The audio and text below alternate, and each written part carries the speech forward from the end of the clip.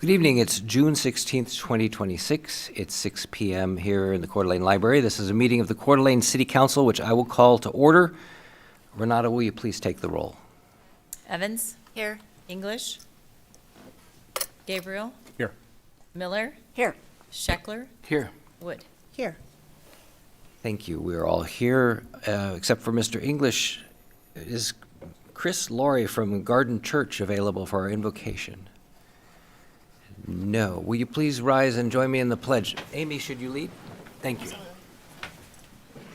I pledge allegiance to the flag of the United States of America and to the republic for which it stands, one nation, under God, indivisible, with liberty and justice for all. Thank you.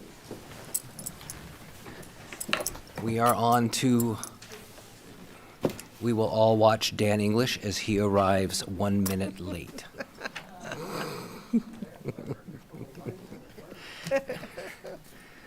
Mr. English is present. We have a full vote. Item D is amendments to the agenda. Does council have amendments to the agenda? Mr. Mayor, I'd like to amend the agenda to add consideration of the mayoral appointment of Michael Dominguez as city administrator and to extend Ron Jacobson's current contract through July 10th, 2026. The information needed to include this item on the original agenda was not available when the agenda was prepared, as the candidate's acceptance of the conditional offer occurred today.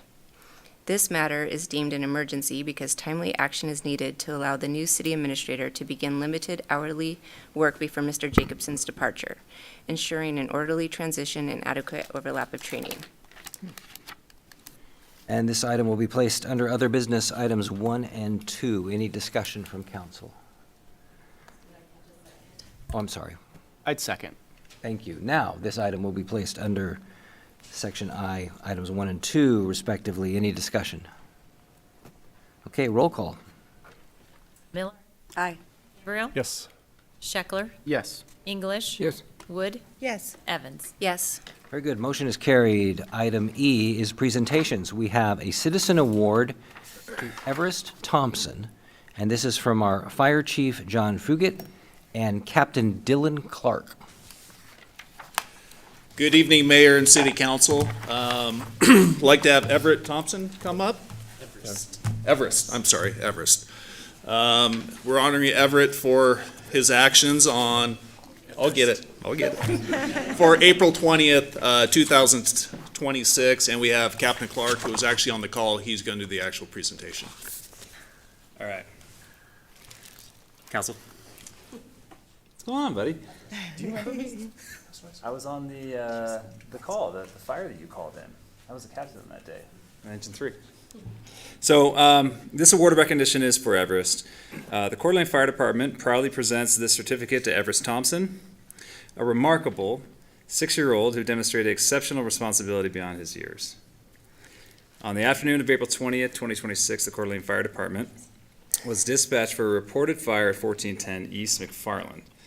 Upon noticing a brush fire developing in his neighbor's home, Everest quickly recognized the potential danger and took immediate action by alerting others and notifying 911. His prompt response played a vital role in ensuring that the situation was addressed quickly, helping prevent further fire spread and protecting both people and property. His bravery, attentiveness, and sense of responsibility serve as an inspiring example to others in the community. His quick thinking and willingness to act reflect great character and are truly deserving of recognition. His efforts will not be forgotten and stand as a proud example of how even the smallest heroes can make a big difference. Therefore, in recognition of this achievement, the certificate is presented on behalf of the citizens of Coeur d'Alene, the Coeur d'Alene Fire Department, its officers, and personnel. Good job, buddy.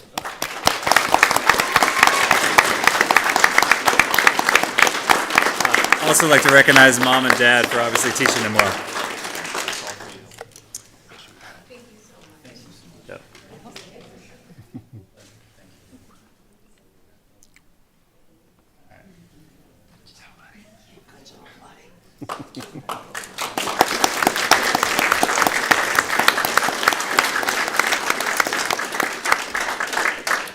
Thank you, Everest.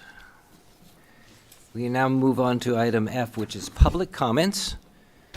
And the first person on the list is Terry Montagna.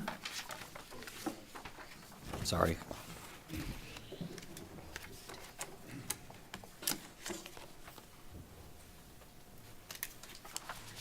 How do you pronounce your name? Montaigne. Montaigne, thank you. I'm here to speak in support of the Council Bill 26-1011. This is kind of ironic, but this afternoon I got a text from my brother-in-law. He and my sister live on the Upriver Drive area in Spokane, and they were evacuated because of a wildland fire. I find it ironic. Here I am at this city council meeting advocating for law enforcement's ability to cite violators more easily when they break the law and use illegal aerial fireworks here in Coeur d'Alene. All I can say is that it's about time. I live over by Canfield Mountain. Like most forested areas, it gets only the water that nature provides. My neighbors' houses back right up to the mountain. Like them, I worry about the thoughtlessness and illegal use of aerial fireworks, and am frustrated when busy law enforcement personnel have their hands tied and must witness, as I have been told, the violator light the fuse to celebrate the holiday or whatever occasion they wish to celebrate with illegal aerial fireworks. I was a volunteer fireman for Micah Kidd Island Fire for about 8 years and responded to more than a few wildland fires. Those guilty of setting the fire either by accident or on purpose always respond the same: shock. I didn't mean for it to get this big. I was only burning trash. It was an accident, etc., etc. Fire is sneaky. A spark can lay low, waiting for the right humidity and a puff of wind, and off you go. Many people in this area live in the forest-urban interface. We can do more to prevent a tragedy. This is one way. Let the police do their job more efficiently, help protect the community. The other thing is education. People realizing that aerial fireworks are illegal for a reason. You don't have to break the law to show that you're a patriot. As a matter of fact, you're doing just the opposite. I speak in support of passage of Council Bill 26-1011. Thank you. Thank you, Terry. Devin Weber?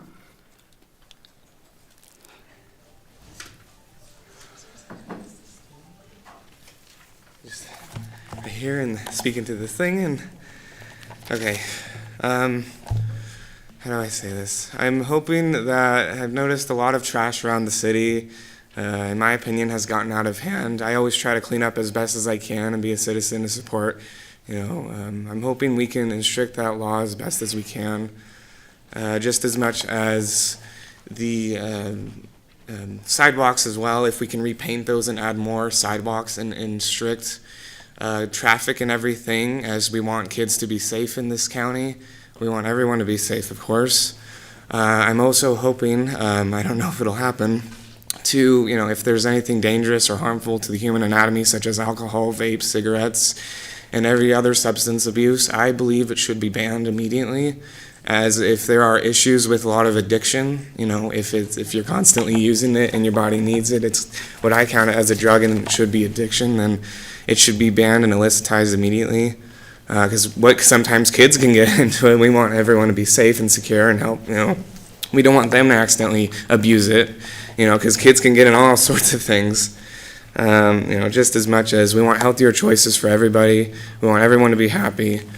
I personally represent everybody that's a citizen that, who has gone through a lot of, if there's so much substance abuse, we should decrease that. Same thing with the gas prices. If that's an issue, a lot of people are having that an issue, then that's that.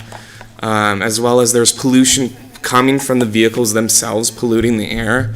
I'm hoping that can be resolved as an issue to decrease any affiliation with any smoke pollution or anything. Again, it could easily get in someone's lungs. They can get in someone's lungs. If they have an asthma attack, someone might have to call 911. Just as a primary example for me. If we can get rid of junk food, I would hopefully, because junk food does deteriorize the human anatomy just as much as a cigarette would, a vape would. It's identical to it. If we can get rid of marijuana or anything or any other drugs, I'm hoping those could be illicitized immediately because it's an identical effect for if you look at through junk food, a lot of convenience stores. And sometimes I found a parasite in one of the fish over at, I believe it was Watson's Market or Winco, I believe. I see that as a health issue. I'm hoping like a lot of food can be inspected before it's preserved in the package to the public.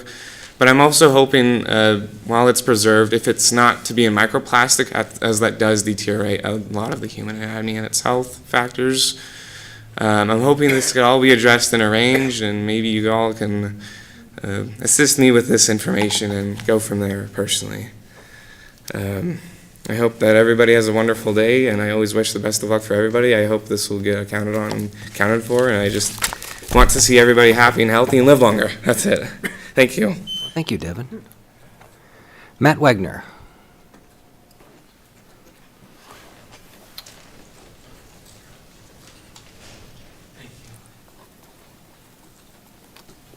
Howdy, my name is Matt Wagner. I live at 698 Wilbur Avenue, Coeur d'Alene, Idaho, and I'm coming to you guys today about the parking here. I work at Coeur d'Alene Resort, and it costs me $35 a week or a month to just go to work. And today I got a ticket on my pickup truck for $40. And it's very frustrating, and thank God I had the stuff to handle that. But what happens if we have a family that's low income here, like my wife and I? That's $40 that really hurts. And when you're already paying $35 to be able to park in something that you already pay your taxes for, that's really hard too. And it's really frustrating, especially for us locals that do work here. Last year, I took the time to go down to Coeur d'Alene Beach every day and take a look at it, and it was empty all through August. It's busiest time. There are no kids jumping off Tubbs Hill. It's because people don't want to come down here. People don't want to park down here anymore. You know, I was born and raised here. My dad's from here. My mom's from Bonners Ferry, and they don't even want to come downtown anymore. And that's not how I want my city to be. It's not what I grew up in here. So it'd be just nice if we could get that addressed, especially a $40 parking ticket. That's pretty steep. So especially for a low-income family. So thank God my family was able to take care of it and we had everything put in, but we really need to think about those families that can't afford that. Thank you. Thank you, Matt. Christine.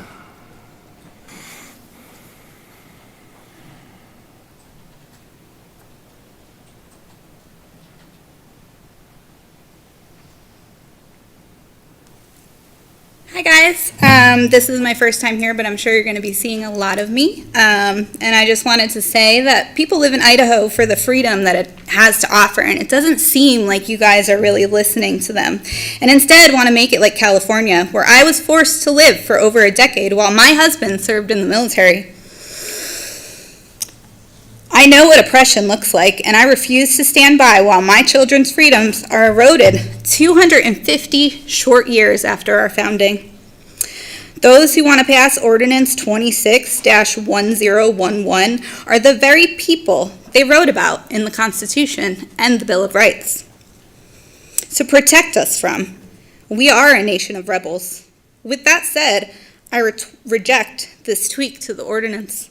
Instead, let's plant more fire-resistant trees and shrubs and make sure we have measures in place to respond to fire emergencies quickly and are prepared to resolve them before they spread. Why not hire more firemen? Train citizens to help? Instead of trying to nanny the citizens of Coeur d'Alene, Idaho, I say we make personal responsibility great again.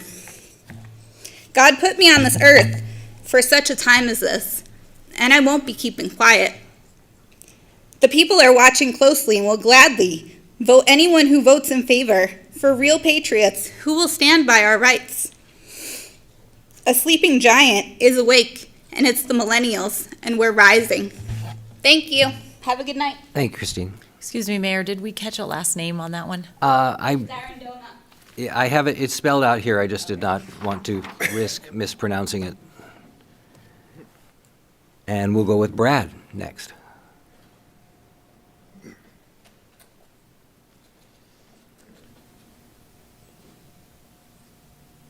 Hello, Mayor and Council. My name's Brad Gilbert, and I want to start out with a thank you for the fuels work that the city has undertaken on Tubbs Hill, Potlatch Hill, and Canfield Mountain. There may be other examples that I'm unfamiliar with, but I really appreciate getting all that work done. I'm here to support the amendment to the fireworks ordinance. I feel like it will help us protect the investment you have made in our forests and our wild-urban interface.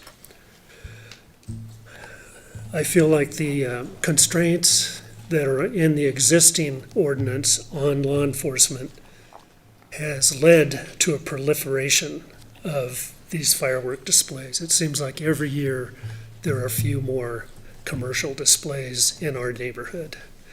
And I happen to live on Canfield Mountain. My backyard is Canfield Mountain.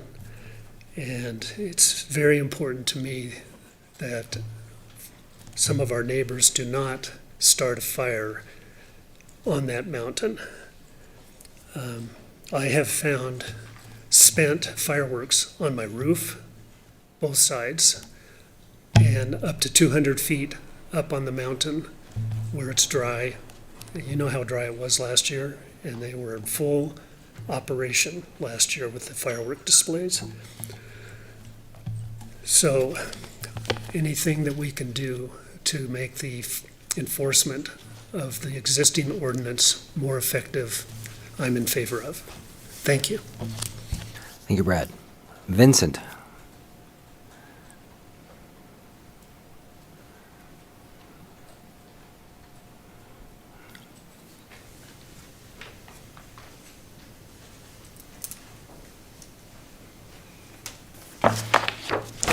My concern is the parking problem in downtown Coeur.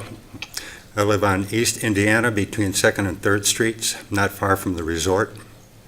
There used to be signage there limiting parking to 2 hours, except for residents who are issued special permits to be displayed on their vehicles.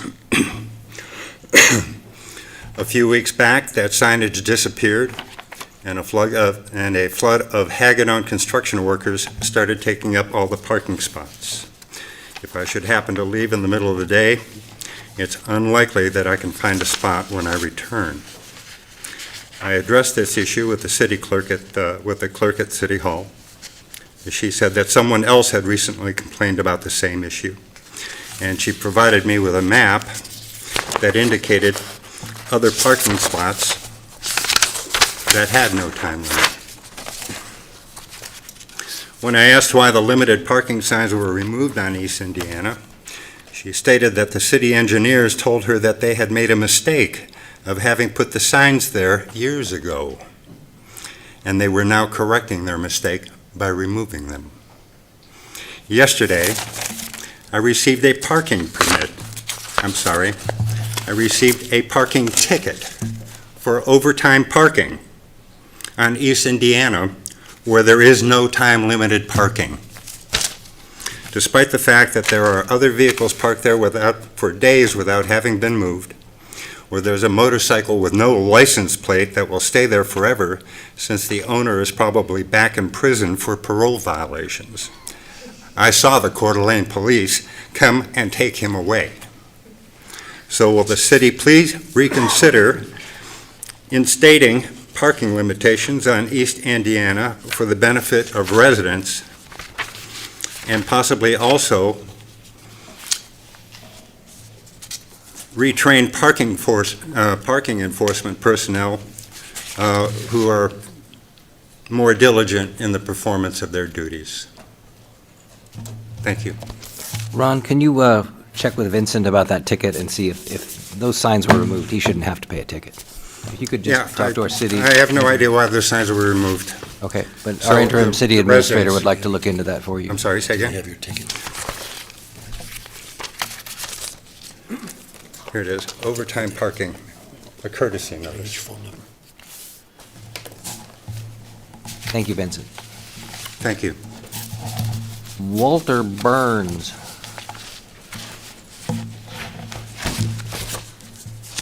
And Hillary. I'm just queuing it up for him. Okay. Technologically challenged. There we go. Okay, how do I advance it? Come here. Which button? Can either just do the. Okay. Now I'm ready. Good evening, Mr. Mayor, members of council. There's been a lot of rather serious topics discussed already tonight. Well, I'm here to talk about something fun. We're throwing a party. Oh, by the way, I am the chair of the city's Historic Preservation Commission, in case anyone doesn't know. We are throwing a party on July 3rd on the lawn of the county courthouse. It'll be an old-fashioned, all-American flag-waving, nonpartisan, red, white, and blue Yankee Doodle dandy event to celebrate the 250th anniversary of American independence. Financed by grants from the state of Idaho and generous donations from local citizens, the event is being sponsored jointly by our commission and the Kootenai County Historic Preservation Commission with support by the Daughters of American Revolution and the North Idaho College. Renowned vocalist Jenny Shotwell will sing the Star-Spangled Banner. We'll have a brass band and a barbershop quartet to provide musical atmosphere throughout. Mayor Gookin will speak, along with County Commissioner Leslie Duncan and our keynote speaker, Justice Cynthia Myers of the Idaho Supreme Court. There will be a slideshow, videos, and fun activities and giveaways for the kids. A handful of Model T Fords will take you back to the time of 1926 as we also celebrate the 100th anniversary of the Kootenai County Courthouse. As part of that commemoration, the county will unveil the contents of the mysterious time capsule that was placed. Oh, wait a minute. There we go. There it is. The mysterious time capsule was placed in the cornerstone of the courthouse when it was dedicated in 1926, which we successfully removed 2 weeks ago. You can see the where it was and how it looked when it came out. There's a little damage from the removal, but it's pretty much in great shapes. A sealed copper gasket that's been there for 100 years. And in the interest of historic symmetry, we're putting together a new time capsule to be opened in 2126, and we'll be reviewing its contents as well.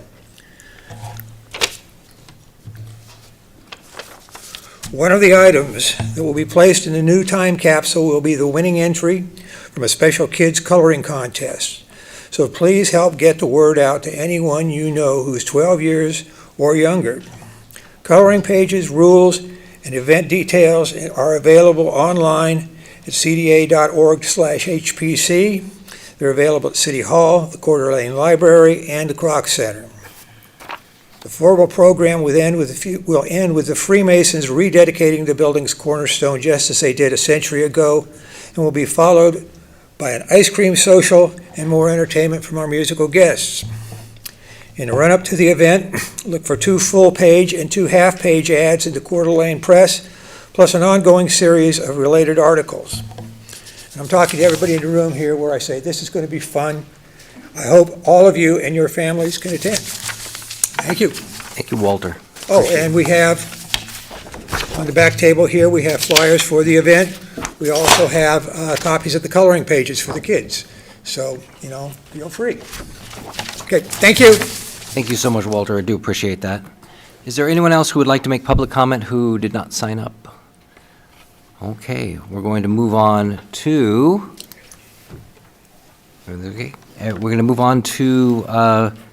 a swearing-in and pinning ceremony. Would our Fire Chief, John Fugit, and his family please come forward?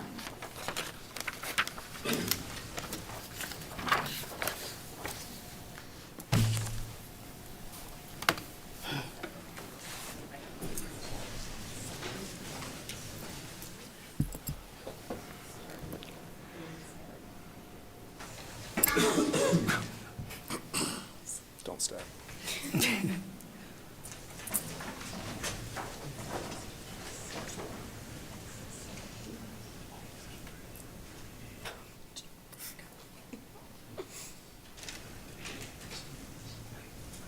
Usually kind of stout material. get you to raise your right hand and repeat after me. I, John Fugit, I, John Fugit, do solemnly swear do solemnly swear that I will support that I will support the Constitution of the United States the Constitution of the United States and the laws of the state of Idaho, and the laws of the state of Idaho, that I will obey that I will obey the rules, regulations, and ordinances the rules, regulations, and ordinances of the City of Coeur d'Alene of the City of Coeur d'Alene and its fire department, and its fire department, and faithfully serve and faithfully serve the residents of the residents of the City of Coeur d'Alene the City of Coeur d'Alene in the discharge of my duties in the discharge of my duties as fire chief, as fire chief, to the best of my knowledge and ability, to the best of my knowledge and ability, so help me God. so help me God. Congratulations. Thank you. Welcome aboard.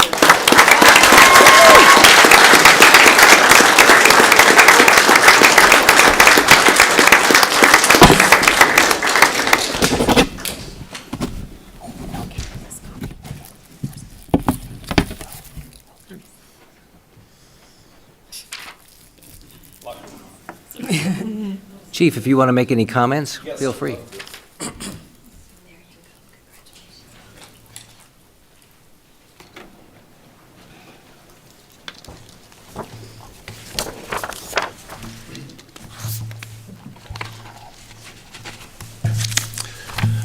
Good evening, Mayor and City Council. I'm humbled and honored to stand before you today as new Fire Chief of Coeur d'Alene Fire Department. First, I want to acknowledge the people who made this moment possible, my family, including my wife Laura and our children Brooklyn and Connor, and my parents. Everything I do in this role, you guys do beside me. Your patience, your love, and your sacrifice have carried me here. I could not do any of this without you. Thank you for sharing me with this department and this community. Thank you. To the friends and mentors who have pushed me, believed in me, and picked me up when I stumbled, and I'm grateful for every one of you. Some of them are in this room right now and watching online. All the way from my firefighter journey began in the early 90s to my departure from the Fullerton Fire Department. I want to express my sincere gratitude to City Administrator Ron Jacobson, interim, for leading a thorough and thoughtful selection process, one that gave me confidence that the city takes its public safety seriously. And to Mayor Gookin and the City Council, thank you for your confidence you have in me. I do not take that trust lightly, and I work every single day to be worthy of it. I also want to take a moment to acknowledge something bigger than any one person in this room, the legacy of this department itself. The fire department has been protecting this community since 1889.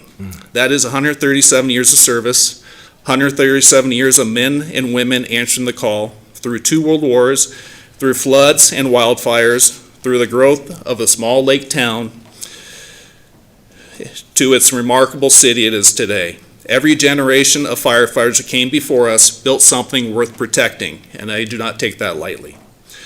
The department motto says it well: driven by perfection, steered by knowledge, tradition, and integrity. Those aren't just words on a piece of paper, they are the DNA of this organization, and I'm committed to honoring them in everything I do.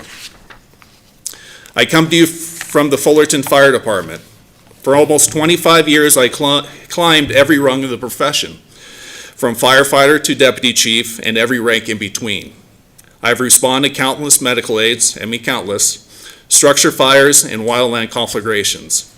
But today, this is my community, and I intend to learn it deeply, its culture, its neighborhoods, its people, because you deserve a chief that is all in. It is truly the city of excellence. To the men and women of the IFF Local 710, I see you, I respect you, and I want you to know that from my very first conversations with your leadership, before I ever walked through these doors, I felt something important. Trust, honesty, and a genuine desire to work together and to be led. That kind of relationship is not built by accident, and I don't intend to take it for granted. A strong labor management partnership is not just good policy, it is the foundation of a healthy, functional fire department. Your voices matter, and I will listen. I will be transparent. You are the heart of everything we do, and we are the public servants that make up the fire department. I must now speak of something that weighs heavily on all of us. On June 29th, 2025, Battalion Chief John Morrison and Battalion Chief Frank Harwood of Kootenai County Fire and Rescue answered a call on Canfield Mountain. They went, as firefighters always do, without hesitation. On that day, they made the ultimate sacrifice. Engineer Dave Tisdale was critically wounded and continues to fight his way back. We are grateful he is with us. This department has been through something no one in this profession should ever have to endure. Grief like this does not have a timeline. And I want every member of this department, active, retired, support staff, and family, to know that I see the weight you are carrying and I will never rush you past it. What I know with absolute certainty is this: the men and women of the Coeur d'Alene Fire Department show the world who they are those days and weeks after the events of June 29th. They are dedicated, they are strong, they are good, deeply genuine, good public servants, and it is a solemn privilege to lead them.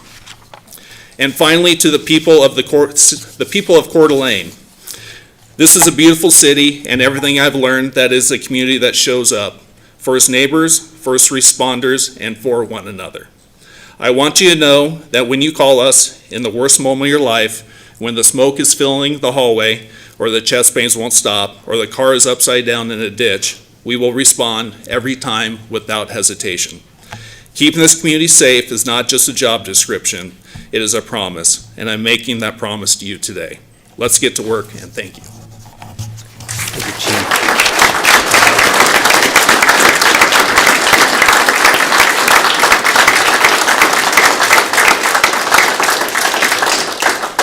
Now if we could have Fire Marshal Craig Etherton come forward for pinning and swearing in, and feel free to bring your family with you as well.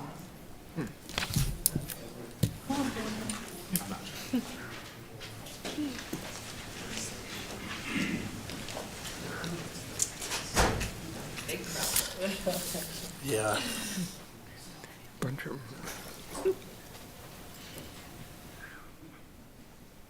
You brought a big crowd too. They just didn't all come up. I see you back there. Hi. All right. If you want to raise your right hand and repeat after me. All right. I, Craig Etherton, I, Craig Etherton, do solemnly swear do solemnly swear that I will support that I will support the Constitution of the United States the Constitution of the United States and the laws of the state of Idaho, and the laws of the state of Idaho, and I will obey and I will obey the rules, regulations, and ordinances the rules, regulations, and ordinances of the City of Coeur d'Alene of the City of Coeur d'Alene and its fire department, and its fire department, and faithfully serve the residents of the City of Coeur d'Alene the City of Coeur d'Alene in the discharge of my duties in the discharge of my duties as fire marshal, as fire marshal, to the best of my knowledge and ability, to the best of my knowledge and ability, so help me God. so help me God. Congratulations.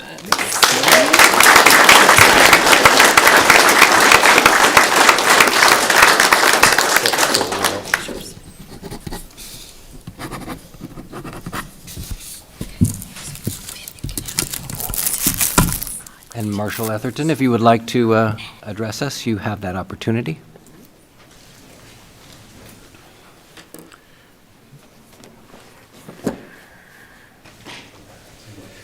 Wow, talk about a setup by the new chief, huh? Big, powerful speech like that.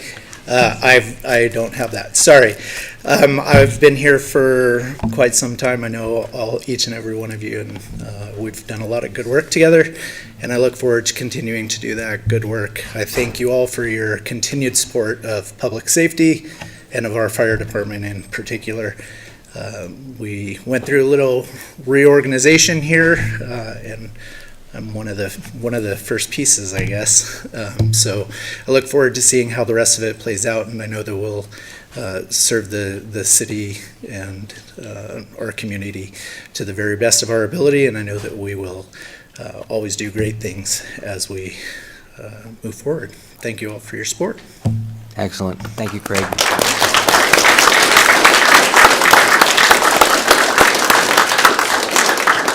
We are still in Section D of the agenda, which is announcements. Does City Council have any announcements? Kenny? Mr. Mayor, it's been a very busy 2 weeks for our family. It started in Kalispell, Montana, where both of my granddaughters were playing in the tournament over there, and they both made the finals. They both got second, but they were there representing Sting Soccer in the city of Coeur d'Alene. The next week to Spokane, where they ran for North Idaho Blaze Track Club, where our 10-year-old got first in the 100, second in the 200. Our 9-year-old got second in the 200 and first in the 100, something like that. But they did great representing North Idaho. And then off to Boise, Association of Idaho Cities. And great conference. And did Hillary leave already? I wish you wouldn't have, because she'll be back. There you are. In the board meeting, which I went to, a lot of great things were said about people doing good work for legislation. Hillary, they spoke about you many times, about your professionalism and your expertise, and they were very thankful for what you did. There's a lot of groups that have their meetings at the same time, and one of them is the Idaho Municipal Lawyers Association. And our Randy Adams won the Will Harrington Career Service Award, which is their group's highest award. So to our staff, well done. You make us proud. Thank you very much. Yeah, thank you. Kiki. I'm going to segue on that. I attended the rest of the conference, and there were some great workshops that came out of that. I will tell you that I want to throw out a challenge to all of our city department heads in that our city is doing so many great projects, and we just forget to nominate and submit one of those for an award at Idaho Association of Cities. So for the next year, if you've got something, please come to Kenny. Let's get it nominated for the conference because Coeur d'Alene deserves to win. Another thing was I learned a lot of interesting stuff about municipalities and AI and how that's being used. I know that Renata had told me that they're still looking at policy for the city, but I think that's something we need to, as council, make sure that that's top of mind. So what's coming down and what's changing is rapid. So there's a lot of people taking a look at how municipalities should create policy around that. So hopefully it comes to us soon. Thank you. Thank you. Good, Amy? I'm good. Good, okay. How about down here? Any council comments? Dan English? Well, just a couple of reflections on tonight. One on the parking. I mean, that's a long-term issue, and, we keep trying to work on it and get it right and balance, the cost of things, versus the value and all of that, but we need to keep working. The other thing is on the fireworks. That's been something that's been in process for, a couple of times. We've done a few things. We've gotten better. And, each time my dogs have told me, don't come home unless you pass that thing tonight. So tonight we're going to tighten up a little more. And I imagine down the road we will do more, but it's a work in progress. But, the fire danger, that's very real, everything else. But a lot of us, really care for our animals, and they really pay a price for it too, and some of the seniors and things. So it's a tough thing that we try to balance, and we'll do the best we can. Thank you, Dan. Anyone else? Yeah, I have a few things. So, Matt, I would like to talk to you about your parking situation with Hagedorn Corporation and you getting a ticket. So if you could leave your contact information with someone or just send me an email tomorrow or call City Hall so I can get in touch with you and I can hear more about that, I would like to. We do have the America 250 thing coming up. One of the things is this is one of those rare months where we have 5 Tuesdays, and we only have 2 city council meetings, so it's 3 weeks until the next city council meeting, which is after July 4th, which is why I'm bringing up, I had Walter come here and talk about it, and why I wanted to bring that up. I also wanted to mention that we have an opportunity to put some stuff in the time capsule, and I have council people who have supplied me with material that will go into the time capsule, and I have council people who have not yet supplied me with something to go into the time capsule. So please expedite your write up a little thing that, people will read long after we're dead. And I also wanted to mention, so Juneteenth is this Friday. It is not a city holiday. It is a holiday in the country. It is a holiday for the county. It is a holiday for every city except for Post Falls, which just got rid of it. And we would like to have that here, but we have employee contracts. And I read over the contracts, and we just, even though council and mayor can declare a holiday, it would mess up our contracts. So hopefully when we renegotiate our employee contracts, we can put that in there and have Juneteenth be an official city holiday. Also wanted to mention that on June 29th, which is the one-year anniversary of the tragedy on Canfield, there will be a memorial service in McEwen Park, right behind everyone here. It's going to be at 10 a.m. in the big pavilion in the center. Then unrelated to that, at noon, there's going to be a workshop here in the library on June 29th at noon to deal with or to discuss some of the noise going on in the downtown area. And this is not a council workshop, this is a citizen workshop. Council is invited to attend, and if there's more than 3 of you, you need to be quiet. So I would also like to thank Juanita in our legal department. Juanita put together this packet and the agenda because Renata was down having fun in Boise, and Joanne was in the Philippines, and there was a point in time where it was just Ron and a computer guy in the administrative wing of City Hall. So Juanita really did a great job putting this together for us. Finally, I have some appointments to the International Board of Appeals, which has, I don't think it's ever met, but we'd have to appoint these people, and I would like to nominate Richard Colburn, Brian Longwell, Nicholas Nick Ebner, Justin Miller, and Tyler Dreschel. We need a motion for that. Mr. Mayor, I would move to confirm the appointment of Richard Colburn, Brian Longwell, Nick Ebner, Justin Miller, and Tyler Dreschel to the International Board of Appeals. Second. Motion and second. Any discussion? Okay, all those in favor? Aye. Any opposed? Motion is carried. We're on to item H, which is our consent calendar, and it's up there on the screen. Mr. Mayor, I'll make a motion to approve the consent calendar as presented, including resolution number 26-050. Second. Motion and a second to approve our consent calendar. Any discussion? Roll call, please. Gabriel? Yes. English? Yes. Wood? Yes. Evans? Yes. Scheckler? Yes. Miller? Aye. Very good. We're on to item I on our agenda, which is other business. The first item is the mayor's request, council confirmation of the appointment of Michael Dominguez to the position of city administrator. Mr. Mayor, I would make a motion to approve the appointment of Michael Dominguez to the position of city administrator for the city of Coeur d'Alene. Second. Motion and a second. Any discussion? Okay, roll call, please. Evans? Yes. Miller? Aye. Gabriel? Yes. Scheckler? Yes. English? Yes. Wood? Yes. Motion carried. Second item, Michael is not going to be able to start until the middle of July, so we're going to make a request for the extension of Ron Jacobson's contract for another week through July 10th to help tide us over. I would like a motion to approve that as well. Mr. Mayor, I'd like to make a motion to approve an extension, the contract with Ron Jacobson to perform the duties of interim city administrator for the city of Coeur d'Alene. Second. Motion and a second. Any discussion? Just a question. Yes. Are there any changes to this contract extension, or is it just pay prorated by the days he's here, or any other amendments to it other than the end date? Ron, do you have any details? My understanding, there's no change. It's at the rate that my original contract was, and just the extension for basically 10 days. Okay, thanks. Now, Ron, I thought we bought you a new car. No, I'm First waiting one for out. that, as well as all the graph that I was supposed to have received out the city of Post Falls, and I haven't seen any of it yet. Yes, all the developer money that we're looking forward to. Any other legitimate questions for the item? All right, we'll do a roll call, please. Miller? Aye. Gabriel? Yes. English? Yes. Wood? Yes. Evans? Yes. Scheckler? Yes.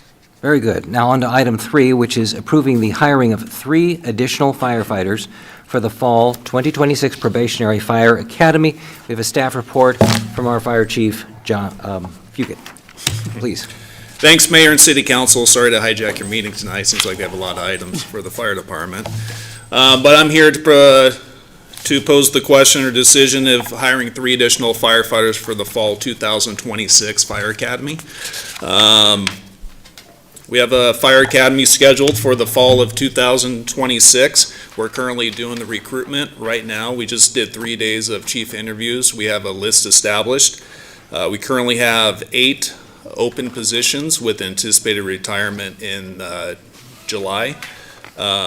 So we're requesting additional 3 temporary positions within the fire department to add them to the next academy. Originally, we were going to do this during the budget cycle, but because of the start of the academy and the process to hire firefighters is rather prolonged, and to get them the proper uniforms and PPE, their turnouts, takes a little bit, so this is why we're bringing it to council right now. So the firefighters, the 3 extra firefighters, the plan for them is to be assigned 1 per shift, red shift, blue shift, and green shift. As constant staffing or vacancies occur within the fire department on a day, those extra positions will fill those, reducing the need for constant staffing, thus reducing the amount of overtime within the department.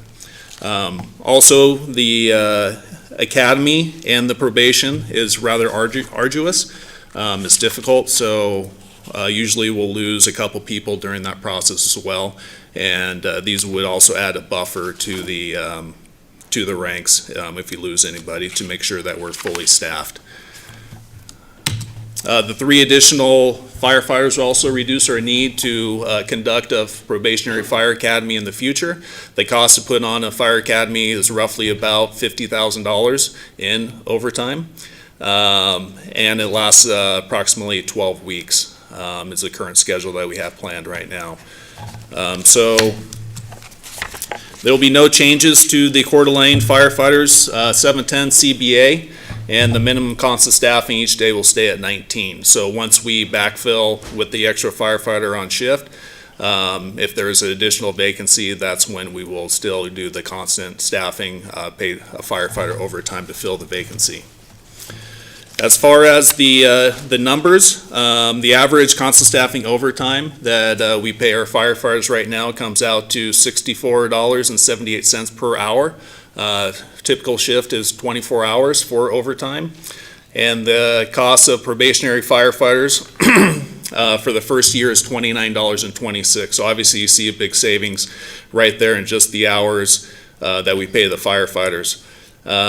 With the estimated constant staffing hours of this year being close to 12,000 hours, with an average of 1.4 vacancies per day, potential savings of $249,000 and $249,477. So much, a quarter of $1,000,000 in savings in the constant staffing budget moving forward. So if you take the $50,000 for reducing the need for additional academy and the cost savings for the cost of the overtime, we're looking close to about $300,000 in savings to the constant staffing budget moving forward. The top bullet point there, while these firefighters will not reduce the current structural deficit, approving the positions would help limit additional constant staffing costs and void a potential $50,000 cost for 2 probationary academies. And with that, I'm here for any questions you guys might have. Any questions for our chief? Christy? Thank you, Chief. Thank you. Good presentation. Just a quick clarification. The 3 firefighters, will they, the new ones that we would bring on, would they be in a float type position that would actually impact constant staffing? As an impact in the constant staffing, if there is no vacancies on a shift, they will still be working that day. We'll put them at the 4th person on a company, either the engine or one of the engines or the ladder truck. So it would increase our operational efficiencies if we do that. Having 4 people is always more efficient. But once that first vacancy occurs, we will take that extra firefighter spot and backfill that vacancy, reducing the cost of overtime. Okay, so I guess what I'm envisioning is if they're not really assigned to a specific shift, they're floating.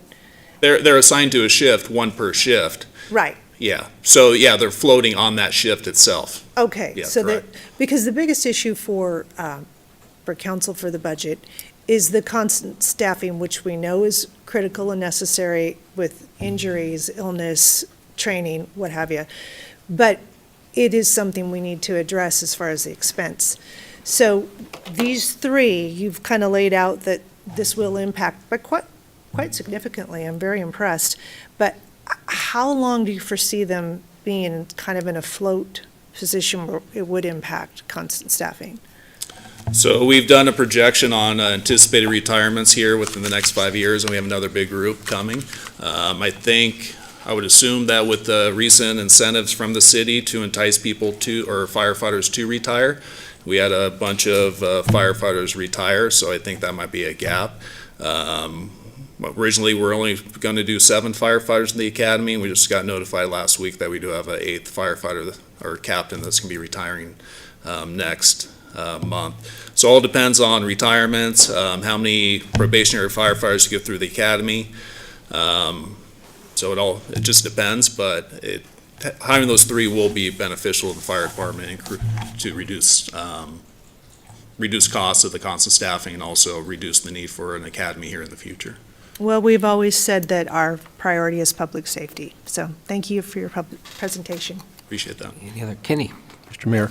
And Chief, if I may, if I'm overstepping, let me know, but this was actually set in motion many years ago when there were 3 extra firefighters hired specifically for what the chief wants to do right now. But when EMS 34, the ambulance from Station 4 came on, that's how the city helped to subsidize that. So those 3 firefighters got moved to that ambulance.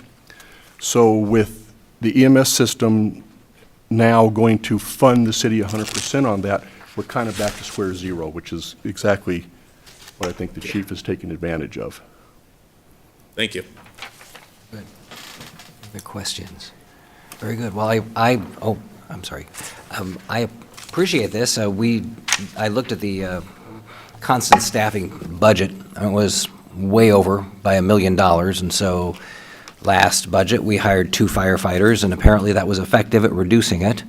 And it's really funny because when I ran this through the online AI that I was using, it suggested 5 firefighters to bring that number under control. So we would be on to 5 firefighters added to help with our constant staffing budget, which continues to get up. This is not a savings as far as reducing our overall budget, but it cuts into that constant staffing budget, which is just ballooning every single year with injuries and all that. So I think this is a great move. The reason that we're doing this in the manner that we're doing, which is we're going to do the firefighters here, the next item is going to be to give them something to wear. So yeah, correct. So full disclosure, we do have to outfit these firefighters. So the next item is to outfit. Yes. The firefighters. So the cost to outfit one firefighter with all their uniforms and their proper PPE, personal protective equipment, is $12,903. So if this is approved moving forward, the total cost would be $38,710 to outfit them, which is in the next agenda item. So the actual savings would be $260,737. And we're going to do it in 2 steps, and then you're coming two back. separate agenda items. There will be an item in the future to go ahead and fund this. So this is just the way that the city decided we would approach this. So 3 items coming up, 1 right now, we need a motion for. Mr. Mayor, I'll make a motion to approve the hiring of 3 additional firefighters for the fall 2026 probationary fire academy. Second.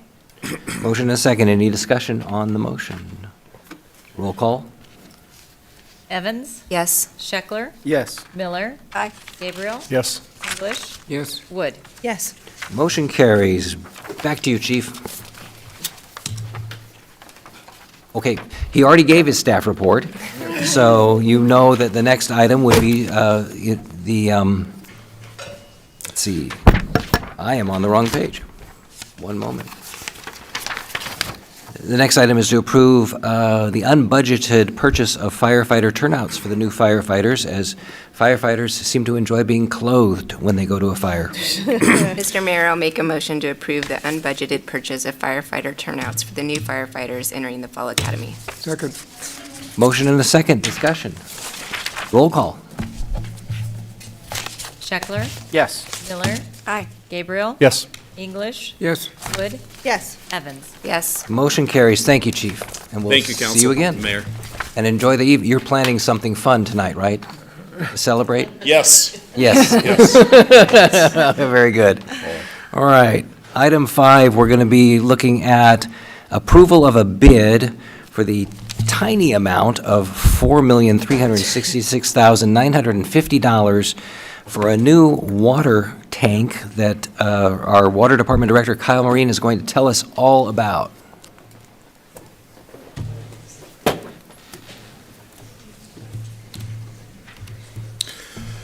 Good evening, Mayor and Council. Thank you very much for having me. And as the Mayor stated, I'm here before you to get approval with a contract with Apollo for a 1 million gallon water tank for $4,366,950, which, as the fire department pointed, or the police department pointed out to me, that's less than a cup of coffee per dollar per gallon. So.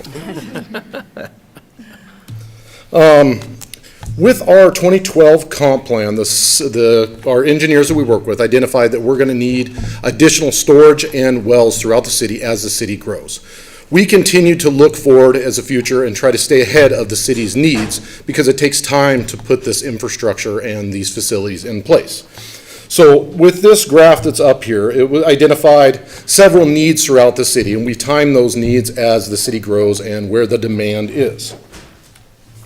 And as you can see in this photo, this is the location of the proposed tank site. We have multiple other tank sites that are needed throughout the city, or wells as the city grows. It doesn't exactly say that's where it's going to be, it just says that needs to be the general area. So the 2012 zone boundaries identify two pressure zones within the city. And we've talked about this before, but we have an upper zone and a lower zone. They're basically two different water systems because of the elevations and the needs within the city because elevation creates pressure. So we have the upper zone up here that has wells and reservoirs, and then we have the lower zone that has wells and reservoirs as well. So currently we have pressure issues that have been identified in the upper zone in the eastern quadrant. As the city grows, we try to accommodate those needs, and the plan was to put that tank in that area to feed those customers. The city looked in multiple areas for a probable tank site. We identified a tank site at the end of Thomas Lane, worked with the property owner, and they gave us a very efficient price on acquiring the property. We also looked at transmission mains and everything to get those lines out there. The location was selected. We made an agreement with the property owner, purchased the property. This is a little bit closer picture. Tank location is approximate, not exact on this picture. We started working on preliminary designs, different locations of the sites. We started working on a trail system as well because the property owner wanted that to connect to the trails up above for the community as part of the agreement. We also worked on a design for a transmission main to get out to the proposed tank site. So we worked on design plans from bringing a transmission main, a 16-inch main, down 15th Street, down Thomas Lane, and to the end of Thomas Lane to the proposed tank site, which we moved forward with. We went to bids in 2024 with the contractors, or with the engineers' estimates to move forward with the project. We went out for bid for that project, and Alpine Northwest got the bid project with Schedule B for a total of just over $2.3 million. We moved forward with that to council, and we're fortunate to get approved for that transmission main. That transmission main continued to go in from 24 to 25 and was completed last year. These are some pictures of the active project that was going on up there, the 16-inch transmission main. Once that got completed, or mostly completed, we worked on getting some final design plans with trail access up past the property to the upper areas. This is the proposed location of the new water tank with the trail access. No parking will be allowed up on this property. They'll have to access it by bicycles only. This is a layout design from the engineers of the tank. The tank is approximately 100 feet tall. Now, there was a little bit of concern, and I'll dive into that a little bit, on the actual height of the tank. The elevation that's needed to match our hydraulics throughout the upper zone roughly goes around from 60 feet to 80 feet. That's so the tank can float appropriately with our existing system to make sure that we can match pressures and that it won't overflow or it won't empty out. So the tank was estimated to be about 100 feet tall. You gain or lose a little bit depending on the design, because that comes from the final design of the engineer for the dome of the tank. So the tank could be roughly 110 feet when it's done, or 102 feet depending on the height of the dome. These are some renditions of the tank after construction is built. This was early on in the process. This road won't actually be there because we got an alternative access through the property in the back to limit the amount of disruption of the hillside, so we can try to save as many trees as possible and limit disturbance to the public and neighbors, and try to hide the tank, because ultimately we want everybody to use the water, but we don't want to be seen. We try to stay out of sight. Tank would be painted OD green color to blend in with the hillside, similar to Best Hill tank, if you've seen it up there. Some people don't even know it's there, or the two tanks up behind us up on the hill as well. That a lot of people don't know it's there either. So those are a couple pictures of different areas from the view, some of the neighbors that may see when the tank first gets in, and then as it moves forward, it'll fill in with a picture on the right as trees come back into place. So we went out to bid and were very successful and got multiple bidders. We came in with an original low bid of just over $3 million, which was quite a bit less than the rest of the bid pack. We reached out to that bid company, which was Genesis Group, and discussed with them, and there was some confusion on the actual height of the tank. And the design and bid that they submitted was on a much shorter tank that would not work.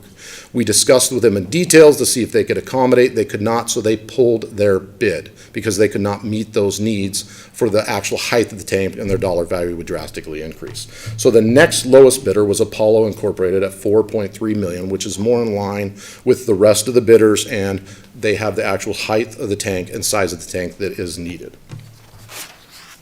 How are the projects funded? These projects are funded through cap fees, which is through new houses and services that are bought through the water department. Anytime somebody buys a service or a connection, they pay into that account. That account pays for these facilities, these tanks or wells or whatever's needed, or transmission mains, to help accommodate the system and pay back into the system and buy your way into the system. So the dollars that are there, we have cash value in our cap fee account to pay for this project, and it is budgeted. With that being said, I will stand for any questions, but I'd ask for approval to move forward with approving a contract with Apollo Incorporated in the amount of $4,366,950 for the installation of 1 million gallon water tank at the end of Thomas Lane. Any questions for Kyle? Comment, Okay, well, Mr. here's Mayor. one from Not Christie. a question, a comment. It's a lot of money, but your presentation was so thorough that we don't have any questions. Perfect. I was asked to put a lot of pictures in there, so I did my best. Very good. Seeing no questions, we can request council action on this item. Mr. Mayor, I'd make a motion to approve resolution number 26-051, acceptance of the bid of an approval of a contract with Apollo Incorporated in the amount of $4,366,950 for the installation of a new 1 million gallon water tank at the end of Thomas Lane. Second. Motion and a second. Any discussion on the motion? All right, roll call. Wood? Yes. Evans? Yes. Scheckler? Yes. Miller? Aye. Gabriel? Yes. English? Motion carried. Thank you, Kyle. Thank you. Look forward to seeing the tank get set up. Off to item I6, resolution number 26052, which is acceptance of a bid and approval of a contract with Stewart Consulting, or Contracting Incorporated, for the amount of $249,964 for the 2026 McEwen Park Playground Turf Replacement. Here is our interim Parks and Recreation Director, Adam Rouse. Adam. Thank you, Mr. Mayor, making it a regular occurrence to be here with some of these projects. So just again, as stated in the staff report, we've been looking at this turf for quite some time. Our playground inspection team that we have on staff looked at it and has recommended that it is time for replacement. So give you a little slideshow here, but as most of you know, some of you have been on council for quite some time and definitely part of the community. So this park is roughly 12 years old. You can see in this first photo here a little circle patch, which is a repair that had to be made just from some wear and tear. If we go here, artificial turf in the pad came with a short-term warranty. Lifespan of 10 to 12 years, which obviously we're right there. And you can see in the foreground of that photo, some of the seams coming apart. So you start to see the pad and the under part of the turf, which then kind of creates some uneven surfaces. The turf's wearing out, and a lot of these highly used things, which obviously if you've looked out there when the sun's out, it's all highly used, right? So you can see where the turf is worn through, especially down at the end of the slides. One of the interesting things that we're going to do, if given approval, in a lot of these high traffic areas, we're going to have some replaceable sections. So I don't know how familiar any of you are with, say, a turf ball field, but the way that they would handle, say, a batter's box in a turf ball field, because it's the highest traffic area, it's actually got Velcro, industrial Velcro underneath. So as that wears out, you can go in with a little tool. You peel out that specific section, replace it with a pre-cut piece. So it's a lot cleaner, and then it helps out a bunch with preventative maintenance, so we don't end up with it looking like this. Again, more pictures of the seams kind of separating, creating poor aesthetics, unevenness in the surface. Again, with patching, our staff does the best they can. But again, going to those high traffic areas where we have some ability to patch it better, where it's actually going to attach underneath and hold it down with those Velcro patches.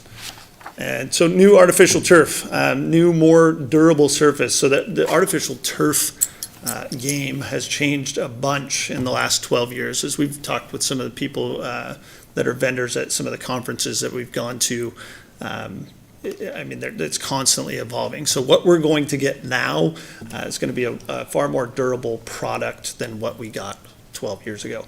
It's also replacing the pad underneath, which again is alleviating any concerns about fall zone stuff. And then again, we talked about those removable sections in some of the high traffic areas and fall zone areas. So I'd point out in this photo that was taken pretty close to when it opened. Obviously, that's probably a typical summer day. But if you notice, all of the green in there is actually artificial turf. And in this photo, when it was brand new, it looks like real green grass. So if you think back to some of those photos that we showed previously, it just proves the wear and tear on that. So again, what we'd like is, seeking approval to award that contract to Stewart Contracting to install ATS Turf, which is the company that they're getting the turf from. They now have a local office, so that gives us some confidence and accessibility to the company itself, the turf company itself. And it also is coming with a much better warranty. It's coming with an 8-year warranty, so far better warranty than what we had previously. So again, seeking approval to pay for it from Parks Capital Funds in the amount of $249,964. Thank you, Adam. In your staff report, you said that you will be starting this in late August, and the playground's going to be closed for 14 days. Roughly, yeah, and the lead time to order the product, they told us initially would be, say, 2 to 3 weeks. Once they get approval to order, and then it would be a matter of fitting it into their schedule. If we could do it sooner, we'd like to, but juggling that with as busy as it is in the summer, I'm not certain how well that would go over if we had the busiest park in town shut down. We would look forward to those phone calls. Right, right. Yes. So, but yeah, certainly something that needs addressed, and hopefully we can take care of it as soon as possible. Very good. Any questions for Adam? Mr. Scheckler. I just really appreciate the effort you put into this. I think it's important that the playgrounds are well-maintained. This is where our youngest members of our community recreate, and certainly it attracts people to come visit downtown to have good parks and spend their money in small businesses. But I really appreciate the efforts you're putting into this to maintain our parks. I think it's important. I think our children are our most precious assets in our community, so thank you. Kenny? Thank you, Mr. Mayor. What do you do with the old stuff? Under normal circumstances, say like sports fields, they'll repurpose it. This is so worn out that it wouldn't shock me when they go to remove it. We played heck finding it for Lake City's baseball facility. be- We just had a heck of a time, and if Yep. there's anything salvageable, we just approved Little League building an indoor facility. Maybe something could work for them. Sure, yeah. I mean, we can make a note with the contractor to preserve whatever's decent. I'm not sure that there's a bunch of it. Likely maybe more of the stuff that's under the play structure because it didn't get as much traffic. But that might be salvageable. But yeah, we can make that note with the contractor for sure. Thank you. Any other questions for Adam? Okay, council action, please. Mr. Mayor, I'd move to approve resolution number 26-052, accepting the bid of and approving a contract with Stewart Contracting, Inc. in the amount of $249,964 for the 2026 McEwen Park Playground turf replacement. Second. Motion and a second. Any discussion on this motion? Roll call. Wood? Yes. Evans? Yes. Scheckler? Yes. Miller? Aye. Gabriel? Yes. English? Yes. Motion carried. Thank you, Adam. Look forward to that new playground. No, because thank you for changing the slides too, because that old one really chafed. Moving on to item I-7, which is Resolution 26053, approval for the police department to purchase and upfit 3 Ford Explorers for marked patrol car use pursuant to Idaho Code 67-28031, utilizing remaining personnel budgeting authority from the department's existing general fund appropriation. Police Captain Dave Hagar has our report. Great. Thank you, Mayor and Council. The simple request to bring for you is to purchase 3 new patrol vehicles, but there's some history to this. Every year, we have to replace numbers of our unmarked cars and our marked police vehicles. And over the years, we've had some of our marked vehicles that were taken out of the budget, and we kind of kick that can down the road. And something that most people don't think about is for every mile that you put on your car, you have your odometer, and a car gets to 120, 130, 140,000 miles. That's a lot of miles. Well, figure another 45% on top of that with our idle miles. When we're sitting at accident scenes or the vehicle's on to keep the computer and the lights running, that's the equivalent of miles that we're putting on those cars. We have to be careful not to kick things down the curb. And at this point in the year, we have 1 quarter left in our budget, and we always look at what our savings is, whether it's our commodity savings or our personnel savings. And we try to offset that so that next year we can come up, and our goal this year is to have a 0 request for any increase in commodities or personnel at all. And we've looked at the savings that we're going to have. And again, from talking with Katie, yes, this savings would go back to the general fund. So we're not requesting anything out of the general fund. We haven't gone over our budget. We're just requesting to use some of that budget savings. Police vehicles are unique. They build police vehicles for about 2 months out of the year. And so Ford thinks, hey, this is how many we're going to produce. And this year they're also changing. They're going to produce a limited number. I'm not a car guy, so I'm going to use the car terms that I was given. Aspirated vehicles, I think it's carburetor and things like that, but they're doing some hybrid stuff, and they're going to do more of those. And we're told that increase is going to be $4,000 to $8,000 per vehicle. So if we can offset that, we're saving between $12,000 and $24,000 just in the cost of the vehicles if we can buy them early. Plus, with the model changes, some of the guts, the police equipment doesn't always fit in those. So we have to estimate a little bit high because we don't know what the cost of that accoutrement to add in there is going to be. And so we've been using a place called Dana Safety Services, and they have vendors they have their service stations all across the country. There's one in Idaho Falls and one in Livingston, Montana that we use. And they will buy in bulk, and occasionally they'll have a city or a county that says, hey, we can't fulfill our contract and we still have vehicles on the lot. And right now we're told that there's 6 vehicles on the lot down in Idaho Falls, and so if we can jump on this now, we can save, because we're estimating next year's vehicle costs are going to be about $110,000 per vehicle, which would be $330,000, and with all the quotes that we have, we believe we can get these vehicles for it's $282,300 for those savings for the guts of the vehicles and things like that moving forward. So again, we're not asking to go over our budget, we're We're just being asked to use some of our vacancy savings to offset that so we can come to council with a balanced budget. We know that by 2030, 2031, the forecasts are very, very horrible for our city, so we're trying to be good stewards of the city's money to do this.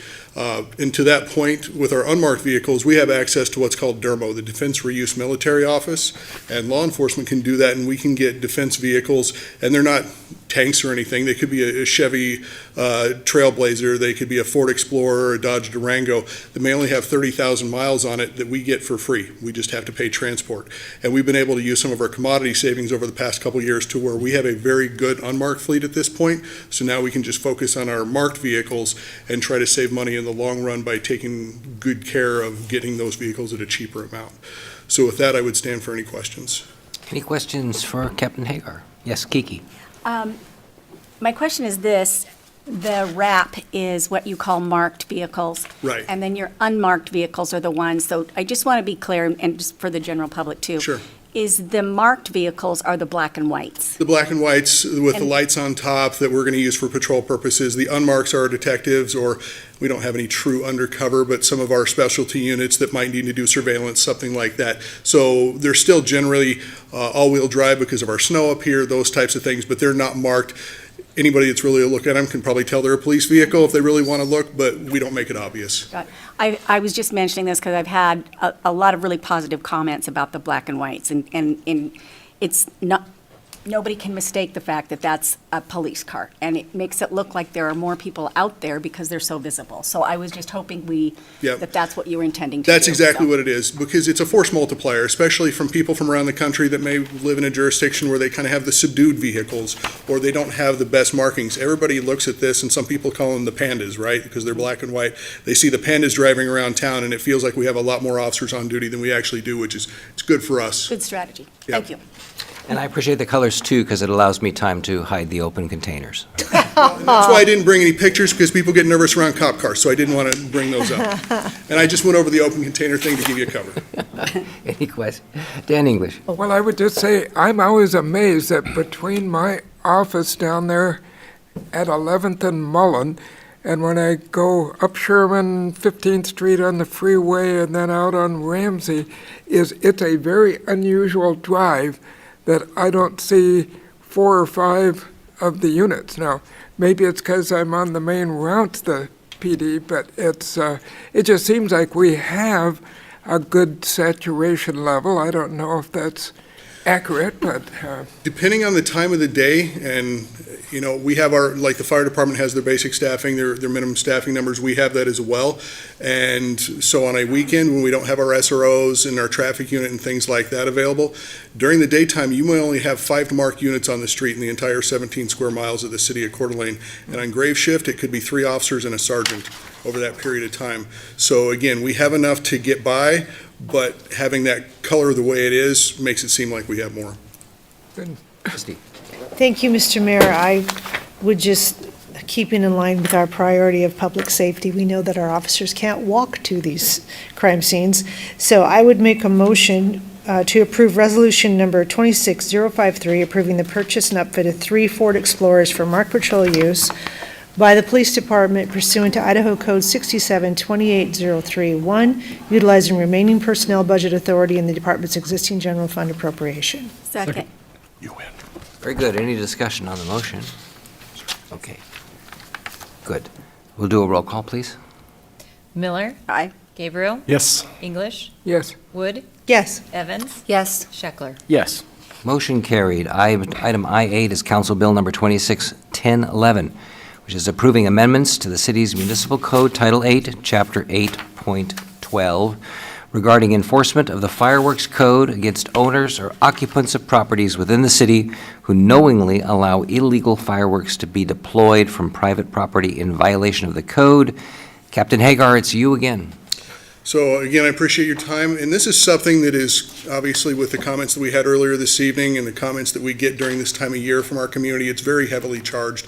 I think it's a little bit lopsided on the people that don't like it. And it's not just from the fire standpoint, but they had the fire that started over on the west side of Spokane today, and with that wind, if we have one of those things that happens just from here, we can look over at Tubbs Hill, and Chief Gabriel can tell us how bad that would be if something took off there. So it's the fire safety standpoint, but we also have veterans, people with PTSD, and they say we're hearing fireworks going off from mid-June through mid-July, and it's all hours of the day and night. It's scary for that. And we've had residential fires throughout our county every year with fireworks that go off.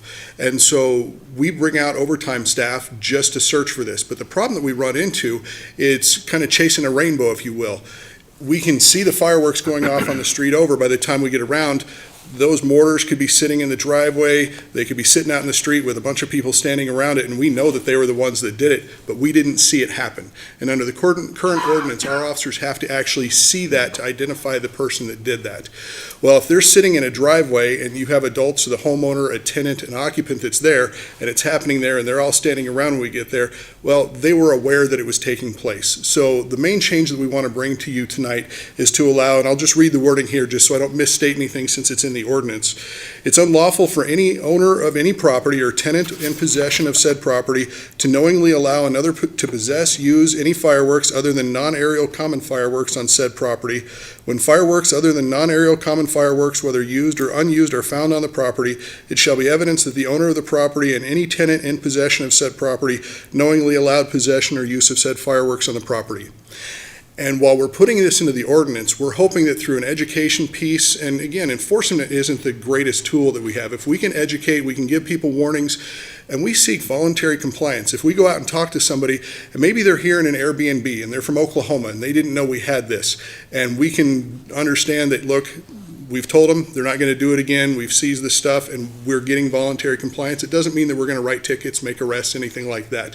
But it does give us the option, because we do have repeat offenders in the city that constantly have these, and they boast about it online, social media, that they're going to have these shows, and then the HOAs and their neighbors call us, and again, unless we can be there right at the time, it creates some issues for us. Another section that's here is talking about where they're found. When fireworks other than non-aerial common fireworks, whether used or unused, are found within the public right-of-way, it shall be evidence that the owner of the abutting private property and any tenant in possession of said property knowingly allowed the possession or use of the fireworks. And again, there's an area in there that I'd be kind of willing to change after we've read it a couple times. Instead of the shall, possibly a may. I think it softens that a little bit, because we still have to show evidence of that. I just can't say just because it's there it was something else. We have to connect the dots to make sure that it's there. But again, what we're trying to do is give us a little bit more opportunity to be able to take that action to protect our city, to protect our community, where we're really hamstrung right now. So with that, I would stand for any questions. Any questions for Captain Dan English? Well, just, again, this is kind of an incremental thing, and as you were saying that, I'm wondering, are you aware if some places prohibit the, the possession of those illegal fireworks? Because I'm thinking, gee, if you came and they were like second offenders, I'd rather have you scoop up everything you see. Is that... And that would be allowed under this ordinance, that the simple possession of that would be. And we've had those before where it's not just a one-night event, it's a multi-night event. The neighbors will say, hey, it's them, so we'll go out during the day, and they open up the garage, and it looks like a firework factory inside, and we'll work with them and say, you can't have these things, and we're going to seize those. And again, it doesn't mean that we're going to issue tickets if we can resolve that problem. But, yeah, we got to turn up the heat a little. Okay. Christy. Thank you. Well, I think this is necessary because I was in your shoes for a long time, and it is very difficult to enforce. As much as you want to make a difference to the people that are calling at 3 a.m. when the show's still going, it's really difficult to. It really comes down to people just being good humans. Yeah.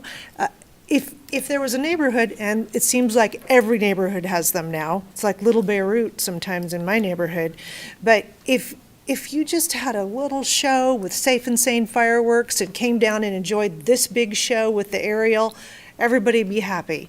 But instead, this goes on for days and days and days, and people are exhausted by it and terrified of the fire. Some people are up all night with their water hose. So we have wanted to address this better. Couple of things in the ordinance, though, I like that you agreed that maybe it should say may instead of shall. I thought that was a bit of an overreach on public property, so I agree with you on that.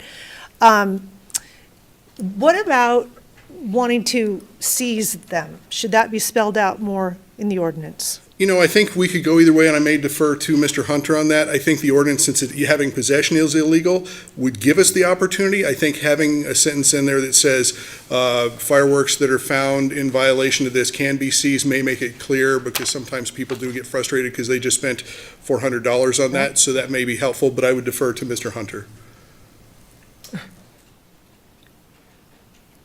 I think anytime you take the property of an individual that is not inherently contraband, which, although it's identified as unlawful at the state level for the aerial fireworks, and we've declared it as such at the city level, having a clear statement that that is deemed to be contraband, if found, and in the context of, unlawful possession of it, it's always better to be clear.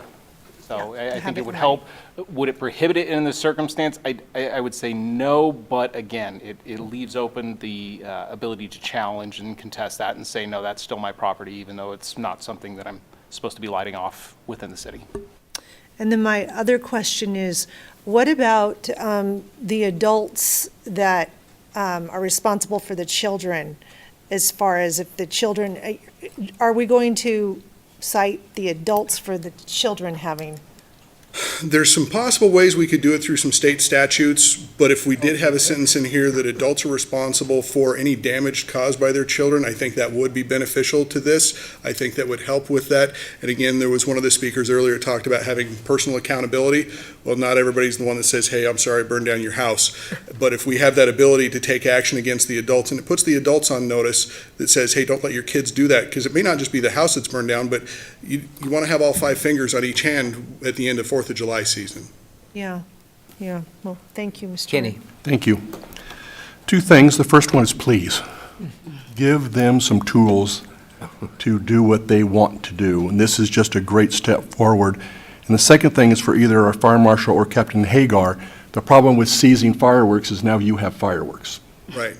And disposal of fireworks is not exactly a simple thing, correct? Well, we've made it, I don't want to say it's simple, it's a mess for us. We have a 32-gallon barrel out in the back of our building that we fill with water, and we dunk everything in there, and it smells like what you would imagine it smells like for a while, and then we get out the soppy, folded-down fireworks, which, it does make them safe. It'd be nice if we had something different, but we'll make by, because it's a cheap way to do it, and we can make it happen. You don't have a show? No, I'm thinking back in the 70s, the stories I heard from my forefathers in this profession, I think they probably did, but we don't do that. Very good. Dan Scheckler. You had mentioned blowing off fingers or something like that, or if a fire got started, or if somebody had grave bodily injury, it wouldn't just be a misdemeanor at that point in time. It could be charged as a felony too, correct? Under the arson statutes, yeah, we could charge it with a felony. Again, there's the reckless, there's the intentional. We have to prove kind of what their mental state was, what their intentions were. But yeah, it could be a felony depending on the value that was damaged, those types of things.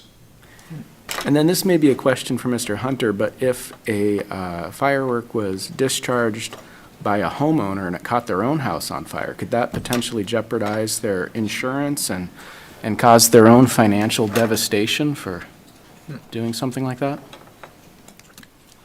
That's going to depend largely on their particular homeowner's insurance policy, but I would imagine that most have a preclusion that reckless or grossly negligent conduct is not covered under the policy. So I think the short answer would be almost certainly yes. Thank you. I think this makes a lot of sense to do. I think there's a danger that's presented by aerial fireworks that are already illegal. I think this gives the tools to law enforcement, but I also agree that maybe that word should be may, so that we don't cast with too wide of a net. Good start. Suggestion. Kiki is next. Thanks. Kevin, what have your discussions been around education here? I guess I'm going with, we got 2 weeks till 4th of July, and this language says that the owner of the property and any tenant in possession, so that's going to include short-term rentals, long-term rentals, occupied homes. But if you have that going on, how are they going to know that this is what's in place right now? And what else can we do to put the deterrent out there prior to the 4th of July? Well, I'm hoping he's still sitting behind me over here, but Jack, wake up. Mr. DeWitt with the Coeur d'Alene Press, I saw him when I came in, and if you vote in favor of this, my plan is to speak with Mr. DeWitt before we leave, because the first place is to get out there in print media. Jared Renault, our PIO, we're going to put something together to get out, and we will be happy to do live interviews with any of the video stations that are out there. It'll be on our Facebook page. It'll hopefully get shared on the city's Facebook page. And even though we don't have the great viewing that North Idaho News or some of the other social media pages do, I'm sure that they'll pick this up, and we'll try to get that out there. We used to be able to use the roadside information signs that the streets department had, but there was a new law in Idaho that says it can only be for street informational, so we're not allowed to use that for mufflers or this type of thing, so we can't use those anymore. But I will tell you, we will make every attempt to find whatever outlet we can to get this information out, because again, if we don't have to go to the calls, our officers can be doing other things. And if we can get that out there to save houses, save fingers, save damage, that's what we want to do. So he's going to be my first stop in about 15 minutes, And I'm I hoping. think we still have a short-term rental database available to us, so it'd be great to get something out to that group of people too. Yes, Thanks. Christine. Well, I can get you a billboard, but that's a side deal. We'll work on that. I want to know by Mr. Hunter, how quickly could, if we agree to it, could you add additional language that addresses the seizure of the illegal fireworks and the parent's responsibility for the damages?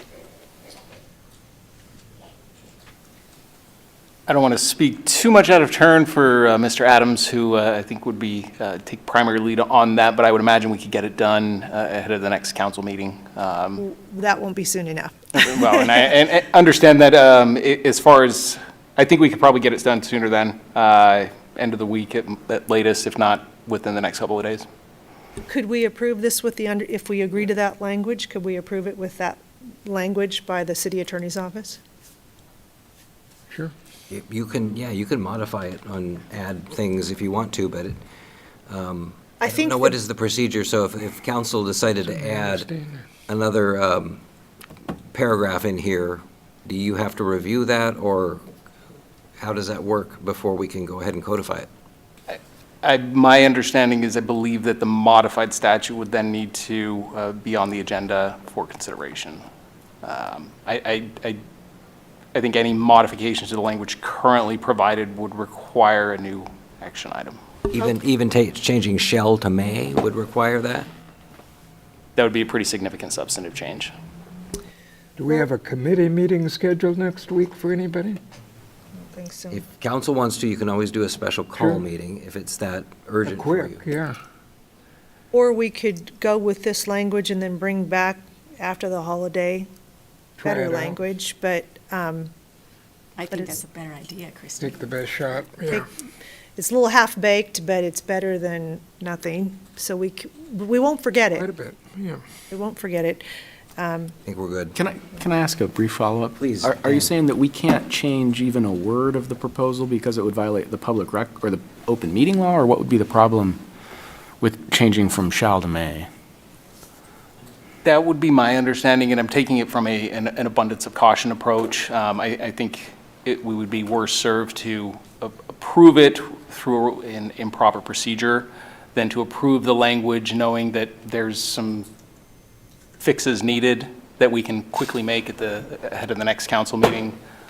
So this is maximal risk management minimization approach.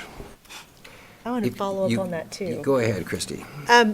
Ryan, you're filling in, you're doing a good job, but we tweak this all the time right here, and we don't have to wait for review or another meeting.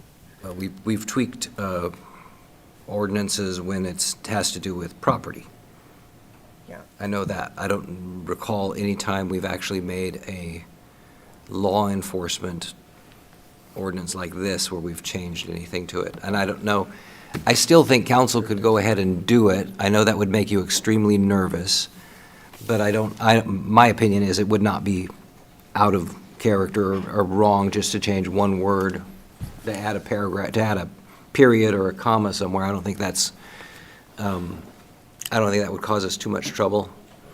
I know you want to keep us all out of prison, and I appreciate that, but changing shall to may, I think, would be in order.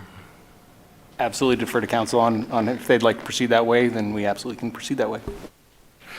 I guess what's the consequences if we proceed that way? What are the potential negative consequences that we could experience? Prison. No, that's a joke. No, the main one that immediately comes to mind is just invalidation of the statute. Now, if somebody were to have potentially been charged and prosecuted under it, there could be additional consequences that flow, but that would be getting into speculation at that point. Mr. Mayor, I think we'd be safer, and it sounds to me like legal was that this is a substantive change, but we could move forward with it the way it stands, and like Christy said, bring it back to lighten that up after the holiday, and that's what I'd And add the be in additional support of. language. Yeah. Kenny is And bring asking it forward. permission to speak. Very briefly, sir. Are you okay with leaving it the way it is, knowing that your officers will do a may versus a shall anyway? Well, I guess the other thing that I would offer to make it easier, because even with that section, since we're going to plan on doing the may, we would still have to connect that evidence to it. And under section B, we're having to establish evidence anywhere. Is it in the driveway? Were they standing around it? Where was it at? And so I don't know if how Mr. Hunter would feel about this, but if we were to completely cross out section C, if that was an uncomfortable section, and just go with the section B and then bring back C with the other requests at some point, then it's a substantive change that we're removing it, but we're not adding anything to it. Yeah. And I think we would still, that section B is the biggest part for us. That's the 99% part. And so I would be comfortable if we remove section C and then brought back that through amendments later, if that would make council feel better and if that works with Mr. Hunter. Seems One thing I'd also note on that point from Captain Hagar is subsection 3, or section 3 of the ordinance does allow for severability. So if for some reason the subsequently pass as is, subsection C is found to be invalid, unenforceable, et cetera, that's severable. It doesn't invalidate the remainder of the statute.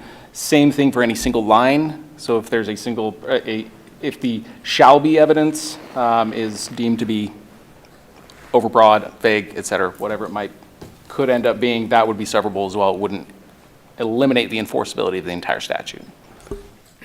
And I can also tell you Does that we everyone, would, before we go on, does everyone understand what he just said? Yeah. Okay, good. Please, Captain. and I would also tell you that in the training that we would put out to our officers, is that we would say, this is planning on being amended to this, so please read it as this. And so we will be within the confines of that. I wouldn't see us going outside of that. Very good. Where are we? Mr. Scheckler? One other question was also about the wording of it was the owner and the tenant in possession. Mr. Hunter, what about changing that to an owner or tenant in possession? Or possibly changing it to simply occupant in possession? I just am concerned about an absent owner, any arguments, but just making that more clear. I mean, if we were going to come back later with it, do we need to do anything like that, or what are your thoughts? I think that would certainly be within the purview of council to make that change, to clarify it. I will say, just to note that there's the difference between, as Captain Hagar's indicated, there's going to be, I think, some restrained enforcement, maybe for lack of a better term. There's also just the limitations on what we could actually prosecute, what we could actually establish in court. Would we be able to successfully prosecute an absent homeowner? Highly unlikely. Okay. And the point, I think, of the shall is to just clarify that those items would not just be detritus, it wouldn't just be litter. It would be counted as evidence towards that, but would not suffice to establish that element in and of itself.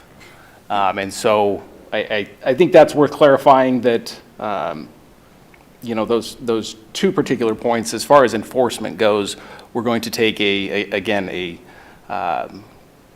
cautious approach, and we're not going to be pursuing a homeowner that's just not there and has no actual idea. It's just it eliminates the ability of someone to say, I had no idea what was going on out there, or I'm just in here watching Wheel of Fortune. I don't, they're doing whatever. when they have a stack of fireworks lying on their, front lawn and, hand smelling of, used fireworks. Are you? That's good. Okay, Kiki. Dan, I had the same thought, and that's why I brought up the short-term rental conversation, because I thought that can work both ways, though. The bulk of the short-term rentals in this region are owned by out-of-state people. That's really what's happening. So they're in Seattle, and they have no idea it's going through a property management company. But I at first thought maybe that should be and/or the tenant. But then I realized it is upon the property owner to assure that their guests who are short-term rental behave appropriately and follow rules and understand that that law is in place. And on the other hand, if you go and just prosecute the occupant, which is a short-term rental person here just for the weekend, they could live in another country. So how is that going to put any teeth in this for somebody who's just going to be here until the 5th of July? So I think it does need to be, the property owner needs to be on notice that they're accountable for it, and making sure that their tenants know, and the tenants need to understand that that law is there, and that's the best way to get that information to them. Captain? If I can address those points, and I don't think that probably the short-term rental is the biggest one that we're going to go after the owner, but the one that I'm aware of that we want to go out and meet in person and do some education with, it's a owner that is aware that they have a relative that lives at the house that is doing this. So we would put both the owner and the relative that's living at the house, even though the owner's somewhere else, they're fully aware that this is going on. So again, ahead of time, we would give them the warning, so it's not like they're going to get something out of the blue. We're telling them that you put on this master show that you document and post out on social media, you're both going to be held accountable for this if this happens. So again, we want to use restraint, but I think that's the case use that we would use the and/or. Dan English. Well, I would absolutely want to keep the property owner. I mean, if I had to give up anybody, it wouldn't be them, because if you it's a very deliberate choice to be have a rental property for whatever basis, and that just comes with the territory. So, yeah, they need to have skin in the game and risk for that, and so, yeah, I wouldn't want to give that one up. Dan Scheckler. But how is a property owner, put yourself in the shoes of the property owner, how could they do anything? I mean, if you are a short-term renter and or a short-term rental landlord and you've leased out your property, how can you stop the tenant? I mean, you've already leased it out. You can't go barge in and grab the fireworks. You can't. No, but you can predict what times of the year are going to be New Year's and 4th of July, and you have very clear rules. They have rules and penalties to tenants, and, you could stop, if somebody who's egregious, they can be kicked off of the platform. Sure, they could stop it perhaps after the fact, right? They could say, well, you breached the lease agreement, here's a clause you breached or something like that, and they could enforce it, but I don't know, They could be kicked out of the VRBO platform. So very a lot of things can happen. Concerned about the possibilities of, expanding what it means to knowingly allow. Christy Wood. Thank you. Well, you've heard from the defense. And that kind of is a segue, really. We don't direct up here to the police who to write tickets to. Discretion. And we don't direct to the city attorney what prosecution to follow up on. But clearly, it matters that if you're writing tickets, that you are pursuing these in court, because one half can't be doing it and the other half doesn't. So I wish you both well. I think this is a good first step. Thank you. Okay, are we done making sausage? If we could go to a motion, this is in two parts. We will first dispense with the rule, and then we will move on the council bill.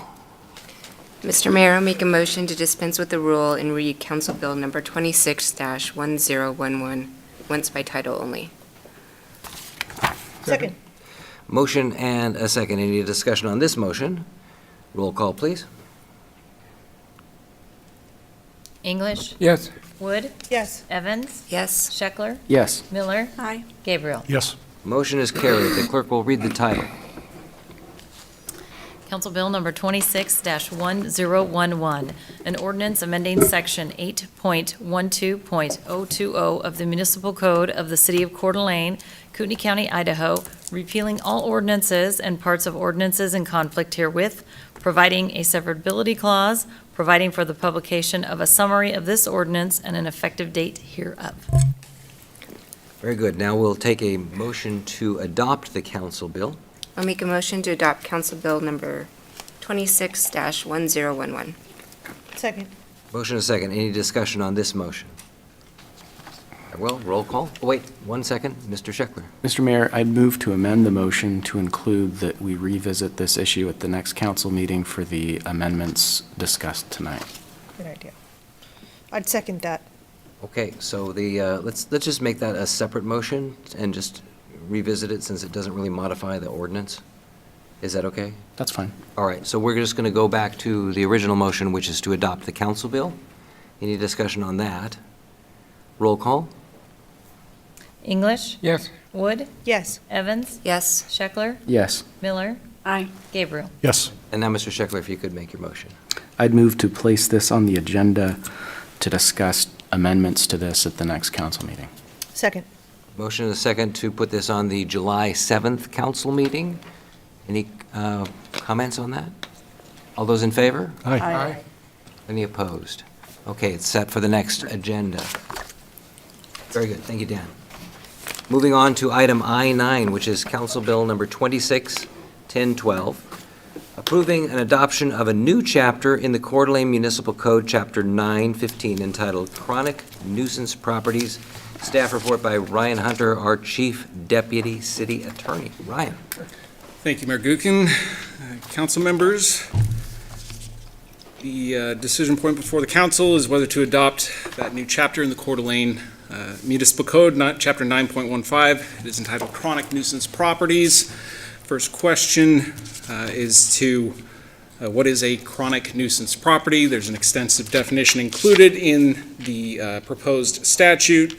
I won't go read through that, but it has a definition that identifies a property that has a certain number of nuisance activities that occur at that property within a set period of time, and there's two different levels of that. So there's 3 nuisance activities within a 60-day period, or 7 or more nuisance activities which have occurred within a 12-month period.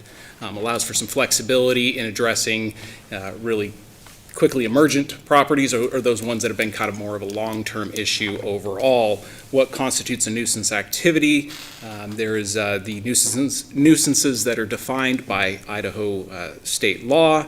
Those primarily, as far as public nuisances go to, at least for the moral nuisance category, go to things like houses of ill repute, if you will, places where sexually explicit videos, movies, things like that are shown, obviously houses of prostitution, things like that, things that are already well known to be illegal.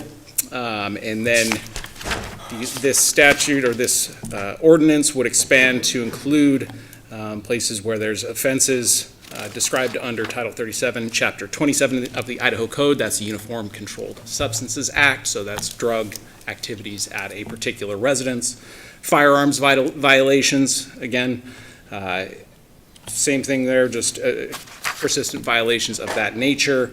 Assault, menacing, stalking, or harassment, and then lewd conduct, again, encapsulating or capturing that same definition of a public nuisance property or a moral nuisance that's identified in Idaho Code, and then also gang-related activity.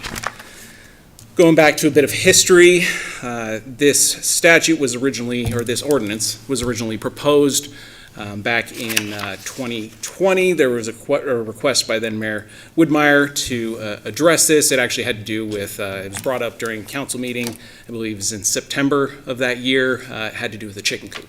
A lady that had some chicken coops and the issues that was causing. And so this particular ordinance was drafted by staff and proposed or provided to council. There was never any action on it. I think it just no action was ever taken on that. There was a request to revisit that at the June 2nd meeting of council, and the General Services Committee voted on June 8th with a recommendation to approve this new chapter and the language that's provided in it. The ordinance, the proposed language of the ordinance that council has been provided includes some additional adjustments to the language of the statute since that original draft was made. Largely minor. I think of most significant note would be clarifying under the nuisance activity the Uniform Controlled Substance Act instead of just identifying it by title and chapter. There's also an addition to the procedure section in terms of mailing, essentially what to do if a mailing address for a property owner is unknown. It allows for just mailing the notice to the property itself. And then I think the most significant addition was as far as the abatement or enforcement abilities under subsection 9.15.050. D is the authorization to demolish the chronic nuisance property if justified by persistent and uncontrolled use for illegal activities. I would deem that certainly a last resort. That would not be the first option under any circumstance. It would be step only taken under extreme circumstances when no other efforts to abate or stop the nuisance activities have worked. It is the ordinance itself was drafted based on language that is already in the codes of other jurisdictions, both in and outside of Idaho. There's Garden City, Idaho, Liberty Lake, Washington, and Seattle, Washington. But this is certainly not confined to those jurisdictions. Many places around Idaho and the country have similar statutes that allow for abatement of these chronic nuisance properties. It's an additional tool in terms of public safety and law enforcement, help identify those places that seem to be recurring locations where there's drug activity, firearms activity, other illegal acts taking place, and then documenting those and allowing a procedure for starting to try and address that with the property owners themselves. Sometimes the owners are the ones best situated to stop the activities, even if they're not the ones in possession of the property. In fact, usually they are. Tenants aren't always inclined to stop, say, selling drugs at the location, but if the property owner continues to rent to individuals who seem to engage in that type of activity, now this helps us to focus on potentially the main source of the issue at that point. As far as one point to be aware of is who will make the determination as to what property constitutes a chronic nuisance property under the current language of the statute. That power would be provided to the chief of police or his or her designee. That's how other jurisdictions handle it, but that can be changed or it can be expanded to include additional individuals who can make that declaration. As far as financial impact, it's difficult to determine at this time. There would obviously be costs involved with enforcement and with potential abatement. If it got to the point of demolition, there's obviously costs involved with that, though some of that could be recouped with the sale of the property if it gets to that point. Unclear how many properties would constitute this, where it's not an in-force ordinance at this time. There's no reliable data on how many properties this might encompass. In fact, I think it would be just more of a case-by-case basis use, only in those situations where it becomes clear that all other efforts to try and abate what's happening at these properties has effectively failed. With that, I would stand for any questions from council on this proposal. Any questions from Ryan? Okay, Christie. But I can take turns. Ryan, when I look through this, and I know the history of why we've asked the city attorney's office to prepare it. When I look through it, though,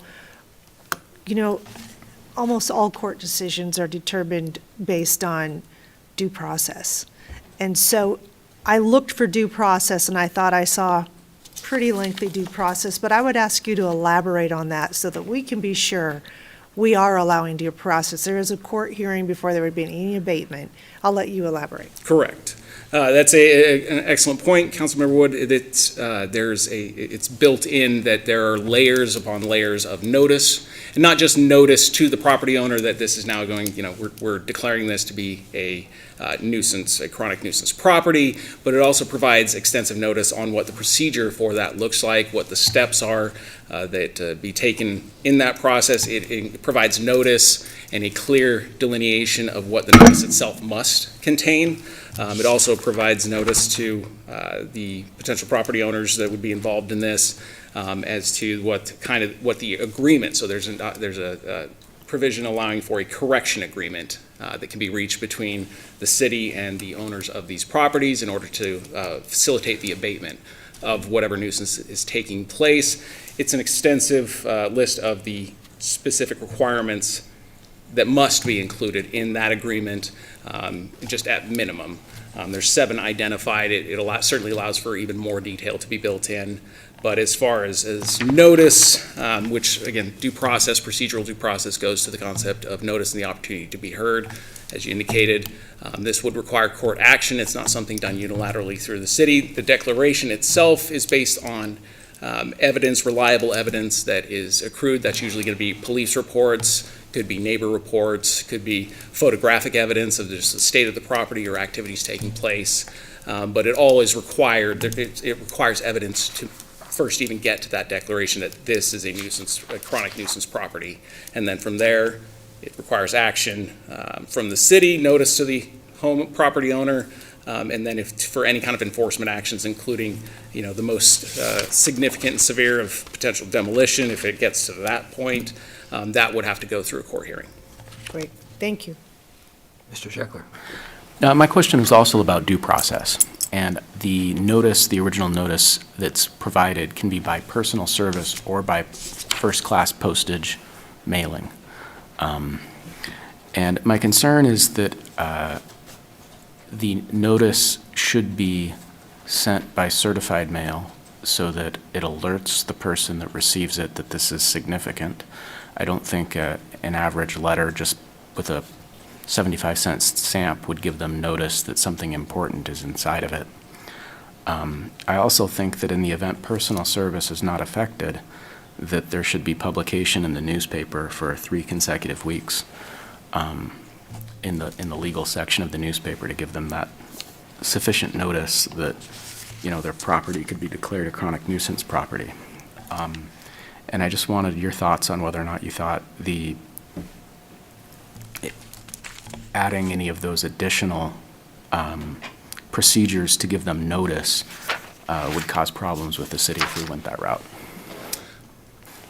I don't think I could say it would cause problems. It potentially adds some cost. I don't think it would be significant in terms of, I don't think there's going to be a lot of properties that will be deemed to be chronic nuisance properties and then require the certified mail. We're talking, dollars, single dollars here. For the cost of that, the publication gets a little bit more expensive, but again, this is not going to be something that I think would be commonly used. It would be more of that extra tool for those particular instances that we don't currently have good means of addressing when it's really the owner of the property who is allowing this to occur. I think that adds layers of protection. It adds additional layers of due process. It certainly, I think, would strengthen enforceability on the back end if the publication was, if there was a requirement for publication or a certified letter. I think council can proceed, as far as a legal basis, can proceed with the notice that's provided here. Would it open it up to potential challenges that these other options would eliminate? Yes. Do I think that would be a significant or really a flaw in the statute itself? I don't think so. I think and again, if that's something that experience quickly shows is not going to be a workable option, we can amend that to add in those provisions. My other question was for a landlord who's got a problem tenant somehow who's breaching their lease agreement, causing a chronic nuisance. How long would it take a landlord to use legal process to remedy the situation and evict the tenant? And are there procedures in this ordinance that allow for that to be for the landlord to go through those processes. If I understand your question, so saying, does this essentially account for the ability of the landlord to take steps to remediate it without any additional action from the city after it's been declared a chronic nuisance property? Correct. Like once, I mean, as I understand it, there's kind of a two-step process. There's the initial notice that's provided to the owner, and that can be done simply by a letter that's sent to them by regular mail. And then if the owner doesn't respond within a certain period of time, that the city would then bring an action in court to declare it by court order a nuisance property. So there's kind of two ways that it could go. So I guess it could certainly be done in the first instance. And so if it were done in the first instance, what's the owner to do once they're alerted to the fact that, maybe they're vacationing in Hawaii, they don't know what's going on in their rental properties, and once they're alerted to that, how long does it take them using ordinary legal processes to evict somebody that's in breach of their lease agreement? So the eviction process is all spelled out, I think, by current prevailing law. This doesn't preclude that. I think what this allows the city to do is for those landlords who have yet to take that step, despite maybe having anecdotal or just clear evidence themselves already of these properties being used for those purposes. I think most landlords might get a wind, some wind of the fact that there's police presence at their property on a regular basis. I think neighbors will mention it to them, that sort of thing. And so this is for that late step where there's, I think you could say, been reasonable opportunity for them to have taken reasonable measures already up to this point. And that's where that timeline of requiring that there be 3 nuisance activities within that 60-day period, or on the longer scale, that 7 or more nuisance activities within a 12-month period, those, I think, account for the fact that if the landlord hasn't taken action to evict the tenant by that point, then maybe they're not going to, and that's where the problem comes in. And then it still builds in the ability through that negotiated agreement, that written correction agreement, for them to do so if that's identified as that's what needs to happen here, in that discussion that the property owner would have with the chief of police at that point, or their designee. Does the owner get notice after the first violation from the city that there was a nuisance incident, or is it the third violation that they get the notice after which? Well, they don't get it per violation, so the nuisance activities themselves don't generate any notice. This just identifies what can be a nuisance activity. So let's say Coeur d'Alene Police Department responds to a firearm offense at that residence, on week 1. 3 weeks later, they respond to report of drug activity. 3 weeks later, they respond to a report of, say, assault or menacing harassment. There's a, physical violence disturbance that takes place there. And then any additional ones at that point, then it allows that information to be used by the city, by the chief of police, who's going to have most access to it, to identify those properties and say, hey, there's been a lot of instances that have occurred here.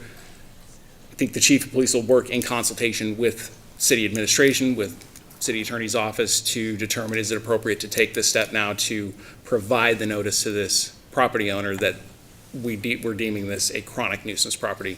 I imagine this will be like any other tool in the tool belt for the city, where it won't necessarily go right to the formal process.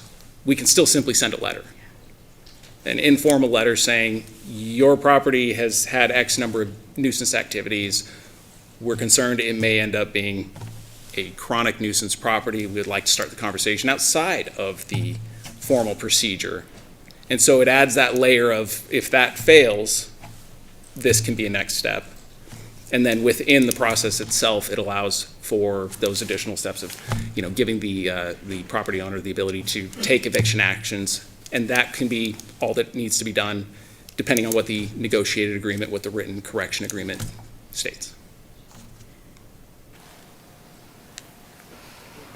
I think I'm done for now. Thank you. This is great conversation. This has got some good teeth in it.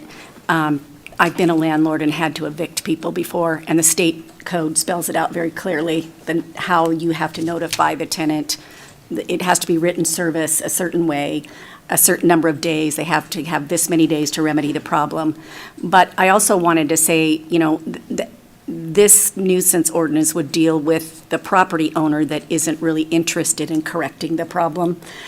But our police force, in my opinion, has demonstrated that they would already have intended to do the footwork to say, I'm going to find that property owner, inform them of what's going on in this property, give them the opportunity up front to rectify it quickly, and then tell them, here's the steps that could happen before it ever even came to being declared a nuisance order. If it got to this point, it would be really the last-ditch effort like it was in this last one. So that's the way I'm reading this, and seeing that, there's got to be some teeth in it. The one question I did have, and this happened a long time ago, Kenny might be the only one who's been around long enough to remember it, but there was a property here in town that the occupant definitely had some mental health issues going on. So the property had an upstairs that had no windows in it, and feral cats were coming and going. There were cars all over the yard. There were it was just a derelict property, but somebody still lived there. I don't know, under the nuisance activity as defined by Idaho state or city law occurring, would include something like just that type of situation, and if it doesn't, we should probably include that. I mean, I would hate to have to go back and revisit this for those kinds of things, but there are places around town, and Christy, you probably visited them back in the day, that if this just said, this isn't just the listed firearms, drugs, gangs, these things, but also something that's, just a health hazard in a neighborhood or a fire hazard, something like that. And that's a great question. I would note that there's still the state code. There's a state code under chapter or Title 52, Chapter 1, that addresses public and private nuisances, and the state code would encompass exactly that situation. So the definition for nuisance defined is anything which is injurious to the health or morals, or is indecent or offensive to the senses, or an obstruction to the free use of property so as to interfere with the comfortable enjoyment of life or property, or unlawfully obstructs the free passage or use in the customary manner of any navigable lake or river or stream. Not really anything that we need to address on this particular part, but once it reaches a point to where that, singular house is in such a derelict condition that now it's impacting the other properties surrounding it, that's when it crosses into a public nuisance and can be abated under that standard state level procedure that's So it spelled out doesn't there. need to be part of this one because it already exists. Okay. This fills a very particular need.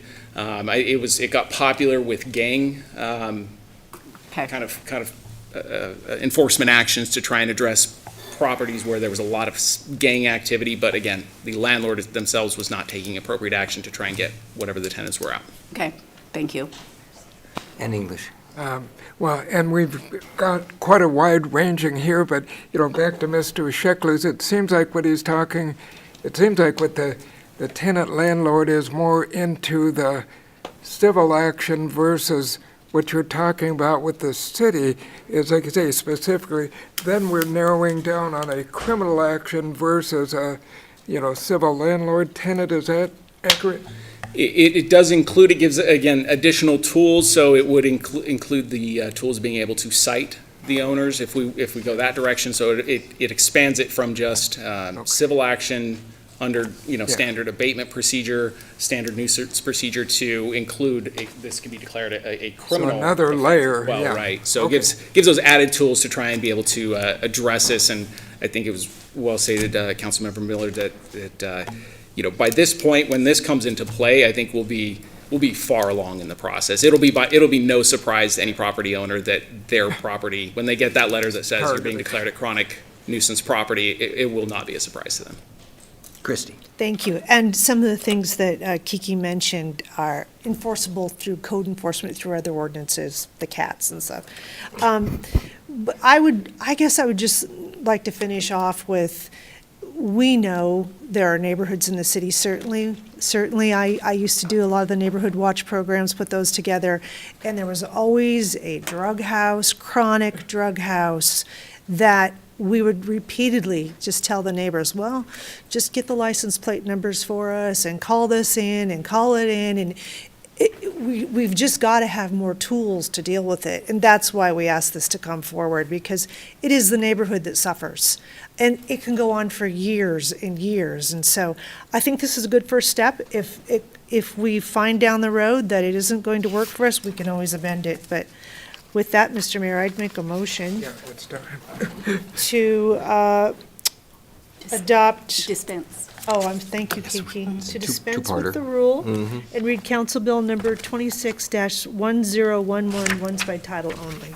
Second. Motion and a second. Any discussion on this motion? I think this is 1012. Did we get the number wrong? Did I? Oh, I did. I'm up here. Oh, where is it? That's because that's what that says. Okay, we're down here. Okay, thank All you. right. I'll amend that. I'll say it over.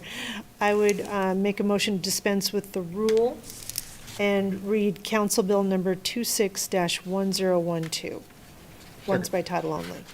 Okay. Second. Motion and a second. Any discussion on this motion? Good catch. Thank you. Roll call. Gabriel? Yes. English? Yes. Wood? Yes. Evans? Yes. Scheckler? No. Miller? Aye. Okay, the clerk will read the title.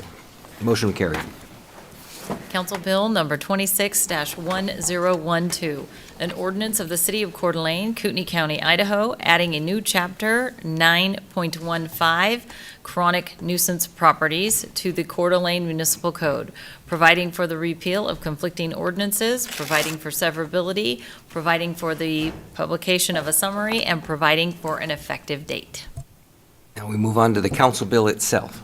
Mr. Mayor, I make a motion to adopt Council Bill number 26-1012, approving the adoption of a new chapter of the Coeur d'Alene Municipal Code, Chapter 9.15, entitled Chronic Nuisance Properties.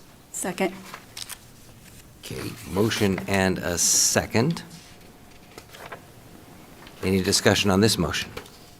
Mr. Scheckler. Mr. Mayor, I would just say that I disagree with this. I think that the notice provisions, I think, are inadequate, given the property rights that are at stake. I also think there needs to be safe harbor provisions for landlords actively engaged in efforts, in legal efforts to coordinate this. I think the provisions are inadequate that are in the ordinance to adequately protect owners. I think this significantly affects the property rights of the citizens of Coeur d'Alene, and for that reason, I'm voting against this motion. Thank you, Dan. Any other comments or discussion? Very good. Roll call. Gabriel? Yes. English? Yes. Wood? Yes. Evans? Yes. Scheckler? No. Miller? Aye. Motion has carried. Off to item J, which is our adjournment. I'll make a motion that there being no other business, this meeting be adjourned. Second. Motion and a second. All those in favor? Aye. Aye. Any opposed? We are adjourned. Everyone have a safe 4th of July. Happy 250 America.